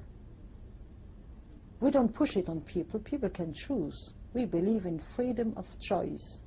We wanted to have that freedom for us, and we feel that everybody is free to choose the means of life they want. But we have the right to offer what we have felt being a blessing to us, and that's what we feel. Well, I thank you very much. You're welcome. Mrs. Liebster, your story will be heard. Well, I hope it's going Learn. to help persons to see that you can have a source of strength, which is really the strength which is above anything else. We'll bring your husband out now. You two can talk together. Okay. Now here's Max, the man I talked about just a while ago, who took so good care of my parents. I was happy to do it. I know you were. We They have had a... They're very worth while to do all efforts for them, for their faithfulness, for their devotion, and for their good works. I still remember when I brought my first picture over from the States. Mother wanted to know who was that man on that picture, on that famous little picture there. And when I said he is a Jewish Jehovah's Witness, she said, does he still have family? I said, well, he has lost his father, and he has no one in Europe anymore. And so my little mother had a big heart for the Jews. Already before the war, she loved them. And she was sending a package with sweets. And you got the idea that I was behind, and it was not true. But 6 years later, something went into my heart, and as a young child I used to say, if my husband could be a Jew and a Jehovah's Witness, that would be a gift of God. And it happened. I got my Jew who was a witness. No, the mother was responsible, but I got ideas, you know. We met already in 1950 here in this building in the plenary, and we were invited a weekend together. And I said, she has the same experience. Her parents had been in concentration camp, Please. and the mother and all were faithful, and had only one thing in mind, to please the God of Abraham, Isaac, and Jacob. They have lots of appreciation of the Jewish people which had the privilege to write the Bible. Then for us, the Bible is the highest gift that people can have, and this gift gives a good direction. Mr. Liebster, your wife was telling me before that after the war, it was hard for her to talk with her parents about her experiences. Together for all these years, has it been difficult, or what has it been like for you two, both being survivors in different ways? I guess we both of us have, I wouldn't say forgotten, because you cannot forget the things like that, but it wasn't on our mind anymore. We had goals, spiritual goals that made us happy, and Responsibility. so, you know, I would say it was like a scenery which disappears in fog. It's still there. You can feel still what's going on, but it gets foggy. It doesn't hurt so badly. It has come up those latest years when people would say it did not happen. And we felt that we have to speak up for the living and for the dead. We had to keep that memory back, you know. But it took time. This was not between 45 and 1980, 1990 I should say. We didn't hardly speak about the matter. Once in a while it would come up, you know. But it was not on our mind, because our life was so rich with spiritual happenings, you know, and visiting conventions and seeing friends. And, you know, Jehovah's Witnesses have a worldwide brotherhood, which is something outstanding. Wherever we go, we feel at home. And we feel like the other ones are our sisters or brothers, in a very close relationship, you know. There is only one word for it, the philia. The philia, this is the love of being close to one another. And that's how we felt. So we didn't get that emptiness many of the deportees have gotten after the war, you know, depression. We did not get through that. Well, the health has had some trouble, for sure. Health problems went on with the parents and everything. But once in a while, when we would go to the doctor for one of the parents or for ourselves, they all always said the same thing. They said it's hard to believe that you went through that experience because it doesn't show up. Well, it doesn't show up because our wonderful work has helped to heal all that, you know. 100% So satisfaction. we had a happy life in spite of everything. Satisfied. What about living in France? It's no difference. For no you? difference where we are. Well, we have the same activity, the same spirit, the same Bible, the same congregations. And we are busy with the congregation. There are 3 meetings every week. Yeah, that keeps us busy. To prepare before I give public talks everywhere. I have families to teach. And you are so occupied with the people, you forget yourself. What about French people who did not stand by you during the war, or German people? That's an interesting question you bring to the forth. Remember when I talked to you about my mother and the policeman looking out the window and saying, many dogs hunting an animal in the forest, okay? After the war, it happened that my mother was called by the French police, and they said, we found your denunciators. You just have to sign up, give your signature, and we will arrest them and put them in prison. So mother said, I never will do a thing like that, because I'm not the one who is going to retaliate bad with bad. God is the only one who has the right to retaliate. But I would love to see who it was. So the first one on the list was a Catholic priest. The second one on the list was a Protestant one. And the third one on the list was a person in the house where we lived. Now, this lady, which was strong Catholic, who was the one behind and said, how long is she going to be in liberty? The husband is gone, the girl is gone, and she still runs in liberty. You know, this very lady got cancer. And in those years, there was not much hope for people who had cancer. She had them in the bowels, you know. And she got treatments which did not give her much rest with pains. You know, my mother, over 1 year, went every day to wash her up, to make her bed, helping her until she died. That woman used to say, my Catholic Church has abandoned me. It has to be one of Jehovah's Witnesses who cleans me. Not cleaning, you know, when everything goes away from your body, is not an easy thing. But Mother knew that being a Christian means to live according to the example given. And there is no room for a Christian to have hatred. This does not fit into a Christian's life. What was the name of the woman that your mother... Egerman.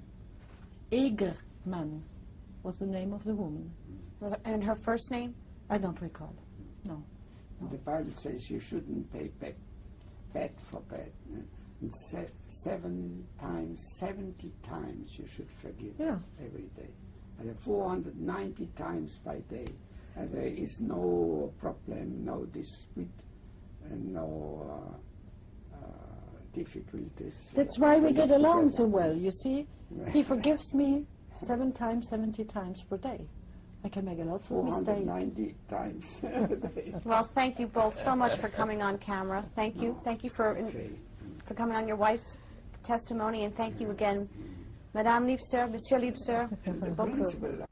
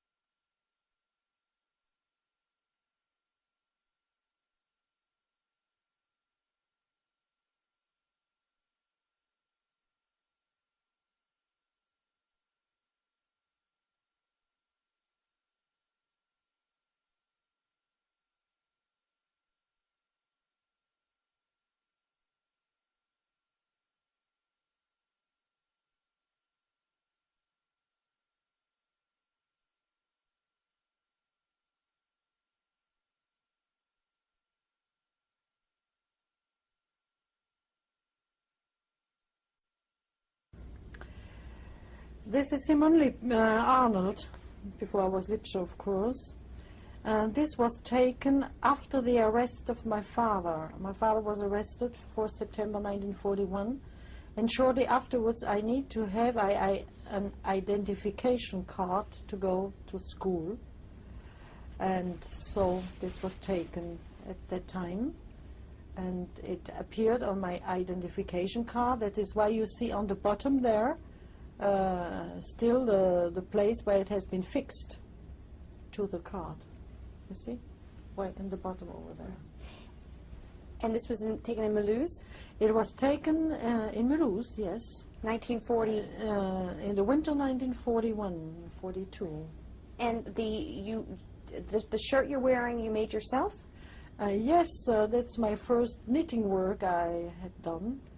My mother had learned me to knit very early in my life, and I was supposed to knit something for my doll.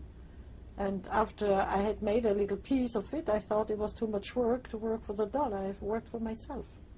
And how did you get this photo? After the war? On the identification card. Just plain, you know. It's the only one I had. Who was in this photo?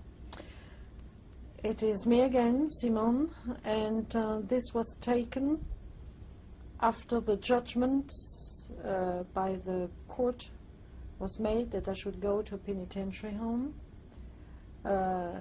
somebody had told us the approximate period of time when that would happen. So my mother thought it would be time to get a picture done by a photograph, a regular picture, as a souvenir. So this picture was taken toward the end of May in Mulhouse, and it was the way I looked at the moment of the time I had to go to Constance and my arrest just a few days before, you see. Spring of 43, was it? Yes, it's 43, yes, 1943. Mm-hmm. Who's in this photo? Now, this is a reunion of the Arnold family. My mother is to the right, and in June, it's June 45, she was out of camp for approximately 6 weeks. As I have told before, I came out at the same time, so I'm 15 years old there. And my father had just come home 4 days when this picture was taken. He had been a few days in Ebensee, in Bad Ischl exactly, in an American camp to get food and got back on his feet. So you can still see the way his face is very thin. And as a matter of fact, when he came back from camp, he only had 43 kilos. When he had left, he had 72. So this is our first picture, the reunion. Who's in this photo? In this photo you will find my classmates, of course, and myself in the Bible school of Gilead, training missionaries from all over the world.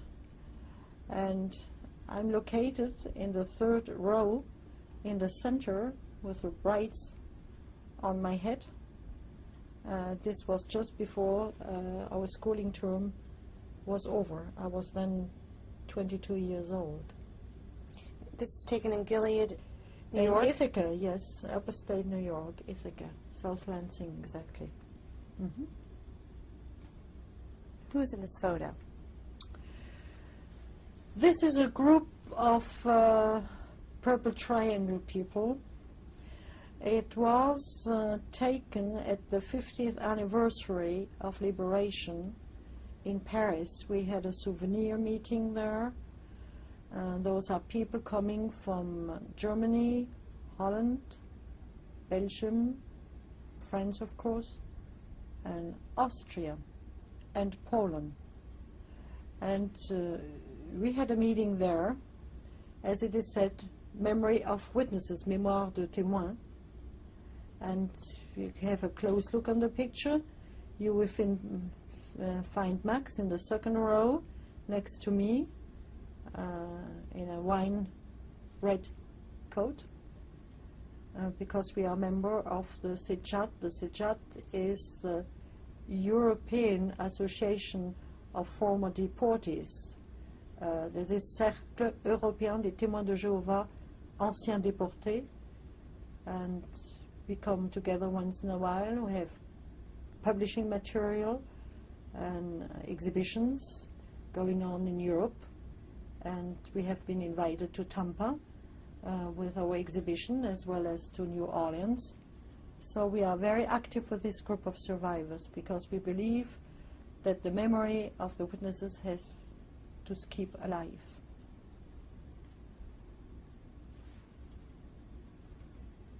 Who's in this photo? Madame Liebster, this photo? This photo has a background, an historical background. First of all, we had the visit at home from a person who was getting testimonies for the Washington Museum, and told me that it would be good when Jehovah's Witnesses had an exhibition to have a painting there showing how my husband has had his life saved in a specific way. So he knew I was doing some painting, and he gave me the idea I should submit a painting for that particular day. No, I haven't. I had not seen the place where Max had been.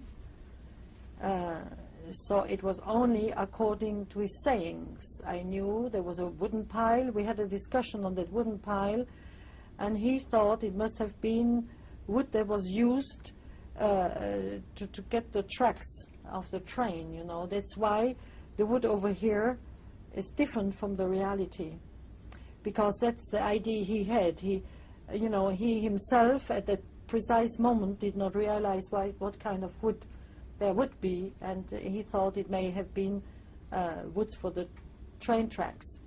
So I got the information from him, and I painted this, showing Max and Mr. Icon. They went on that extermination train in April, that was when Buchenwald was liberated by the Americans. This was just the day before. The Jews had to go to the woods and dig their graves to be shot, you know, and there was a lot of crying going on there. And then suddenly it happened. They had a Bible text there, and they said, let's go aside and have a prayer before and a Bible reading. So they got behind that wooden pile, and they got forgotten by the SS, who were in a hurry to exterminate the train. So that's how they got liberated. And it's why Mr. Buckley, who was working for the Washington Museum, thought I should get this on a painting for that specific day. So it's an acrylic painting. It is not the type of painting I usually do. This is an exception, but it was specifically done for that day. Where is the painting now? Well, Mr. Buckley has taken it back because it's his property, and I couldn't tell you exactly where it is. It's in America somewhere. What year did you paint this? I painted it in 92, I think it was. So it cannot stay in the museum, because in the museum they only accept paintings which have been done in camp, not after camp, of course. It's normal. It's not a museum for painting. This was for a specific purpose, you see, and it might be used in future time. It must be somewhere. My friends have it. So I don't care where it is. Presently, I know it's in a good place. Thank you. And this photo? This photo shows the stage of our Kingdom Hall, where we have our Bible teaching done in Aix-les-Bains. They asked me if I could do a wall painting. What you see here is not quite half of the place I painted. It goes further to the left. So it shows to the right the scenery we have behind our lake. Those mountains are called the pre-Alps. The true Alps are a little bit further away. And they wanted to have this painted, you know, to give a feeling of sitting outside and not be crushed over by the walls. So I made that work. And you can see the dark stripe which is on the floor is the end of the stage. The rest is painted. The pink, which is slightly lighter in the back, there starts the painting. What year did you paint this? Well, I have been working on it until this summer. As a matter of fact, I still have a little bit to go in a certain corner, because I have been very active with the Sejat, that is, with the exhibitions going on, traveling in 22 cities and going to Berlin and Switzerland and now America. So I had to work, one by one. And we made a nice arrangement. When we would come home from our work, teaching work, I would put my food on the stove and my husband would look over the food. And during that noon hour, I would come over here and paint. And when I came home, I could sit under the table because it was cooked. So he has a share in this painting, you see. It's very long. It has 15-meter width and 5-meter height. So you only have a little part here.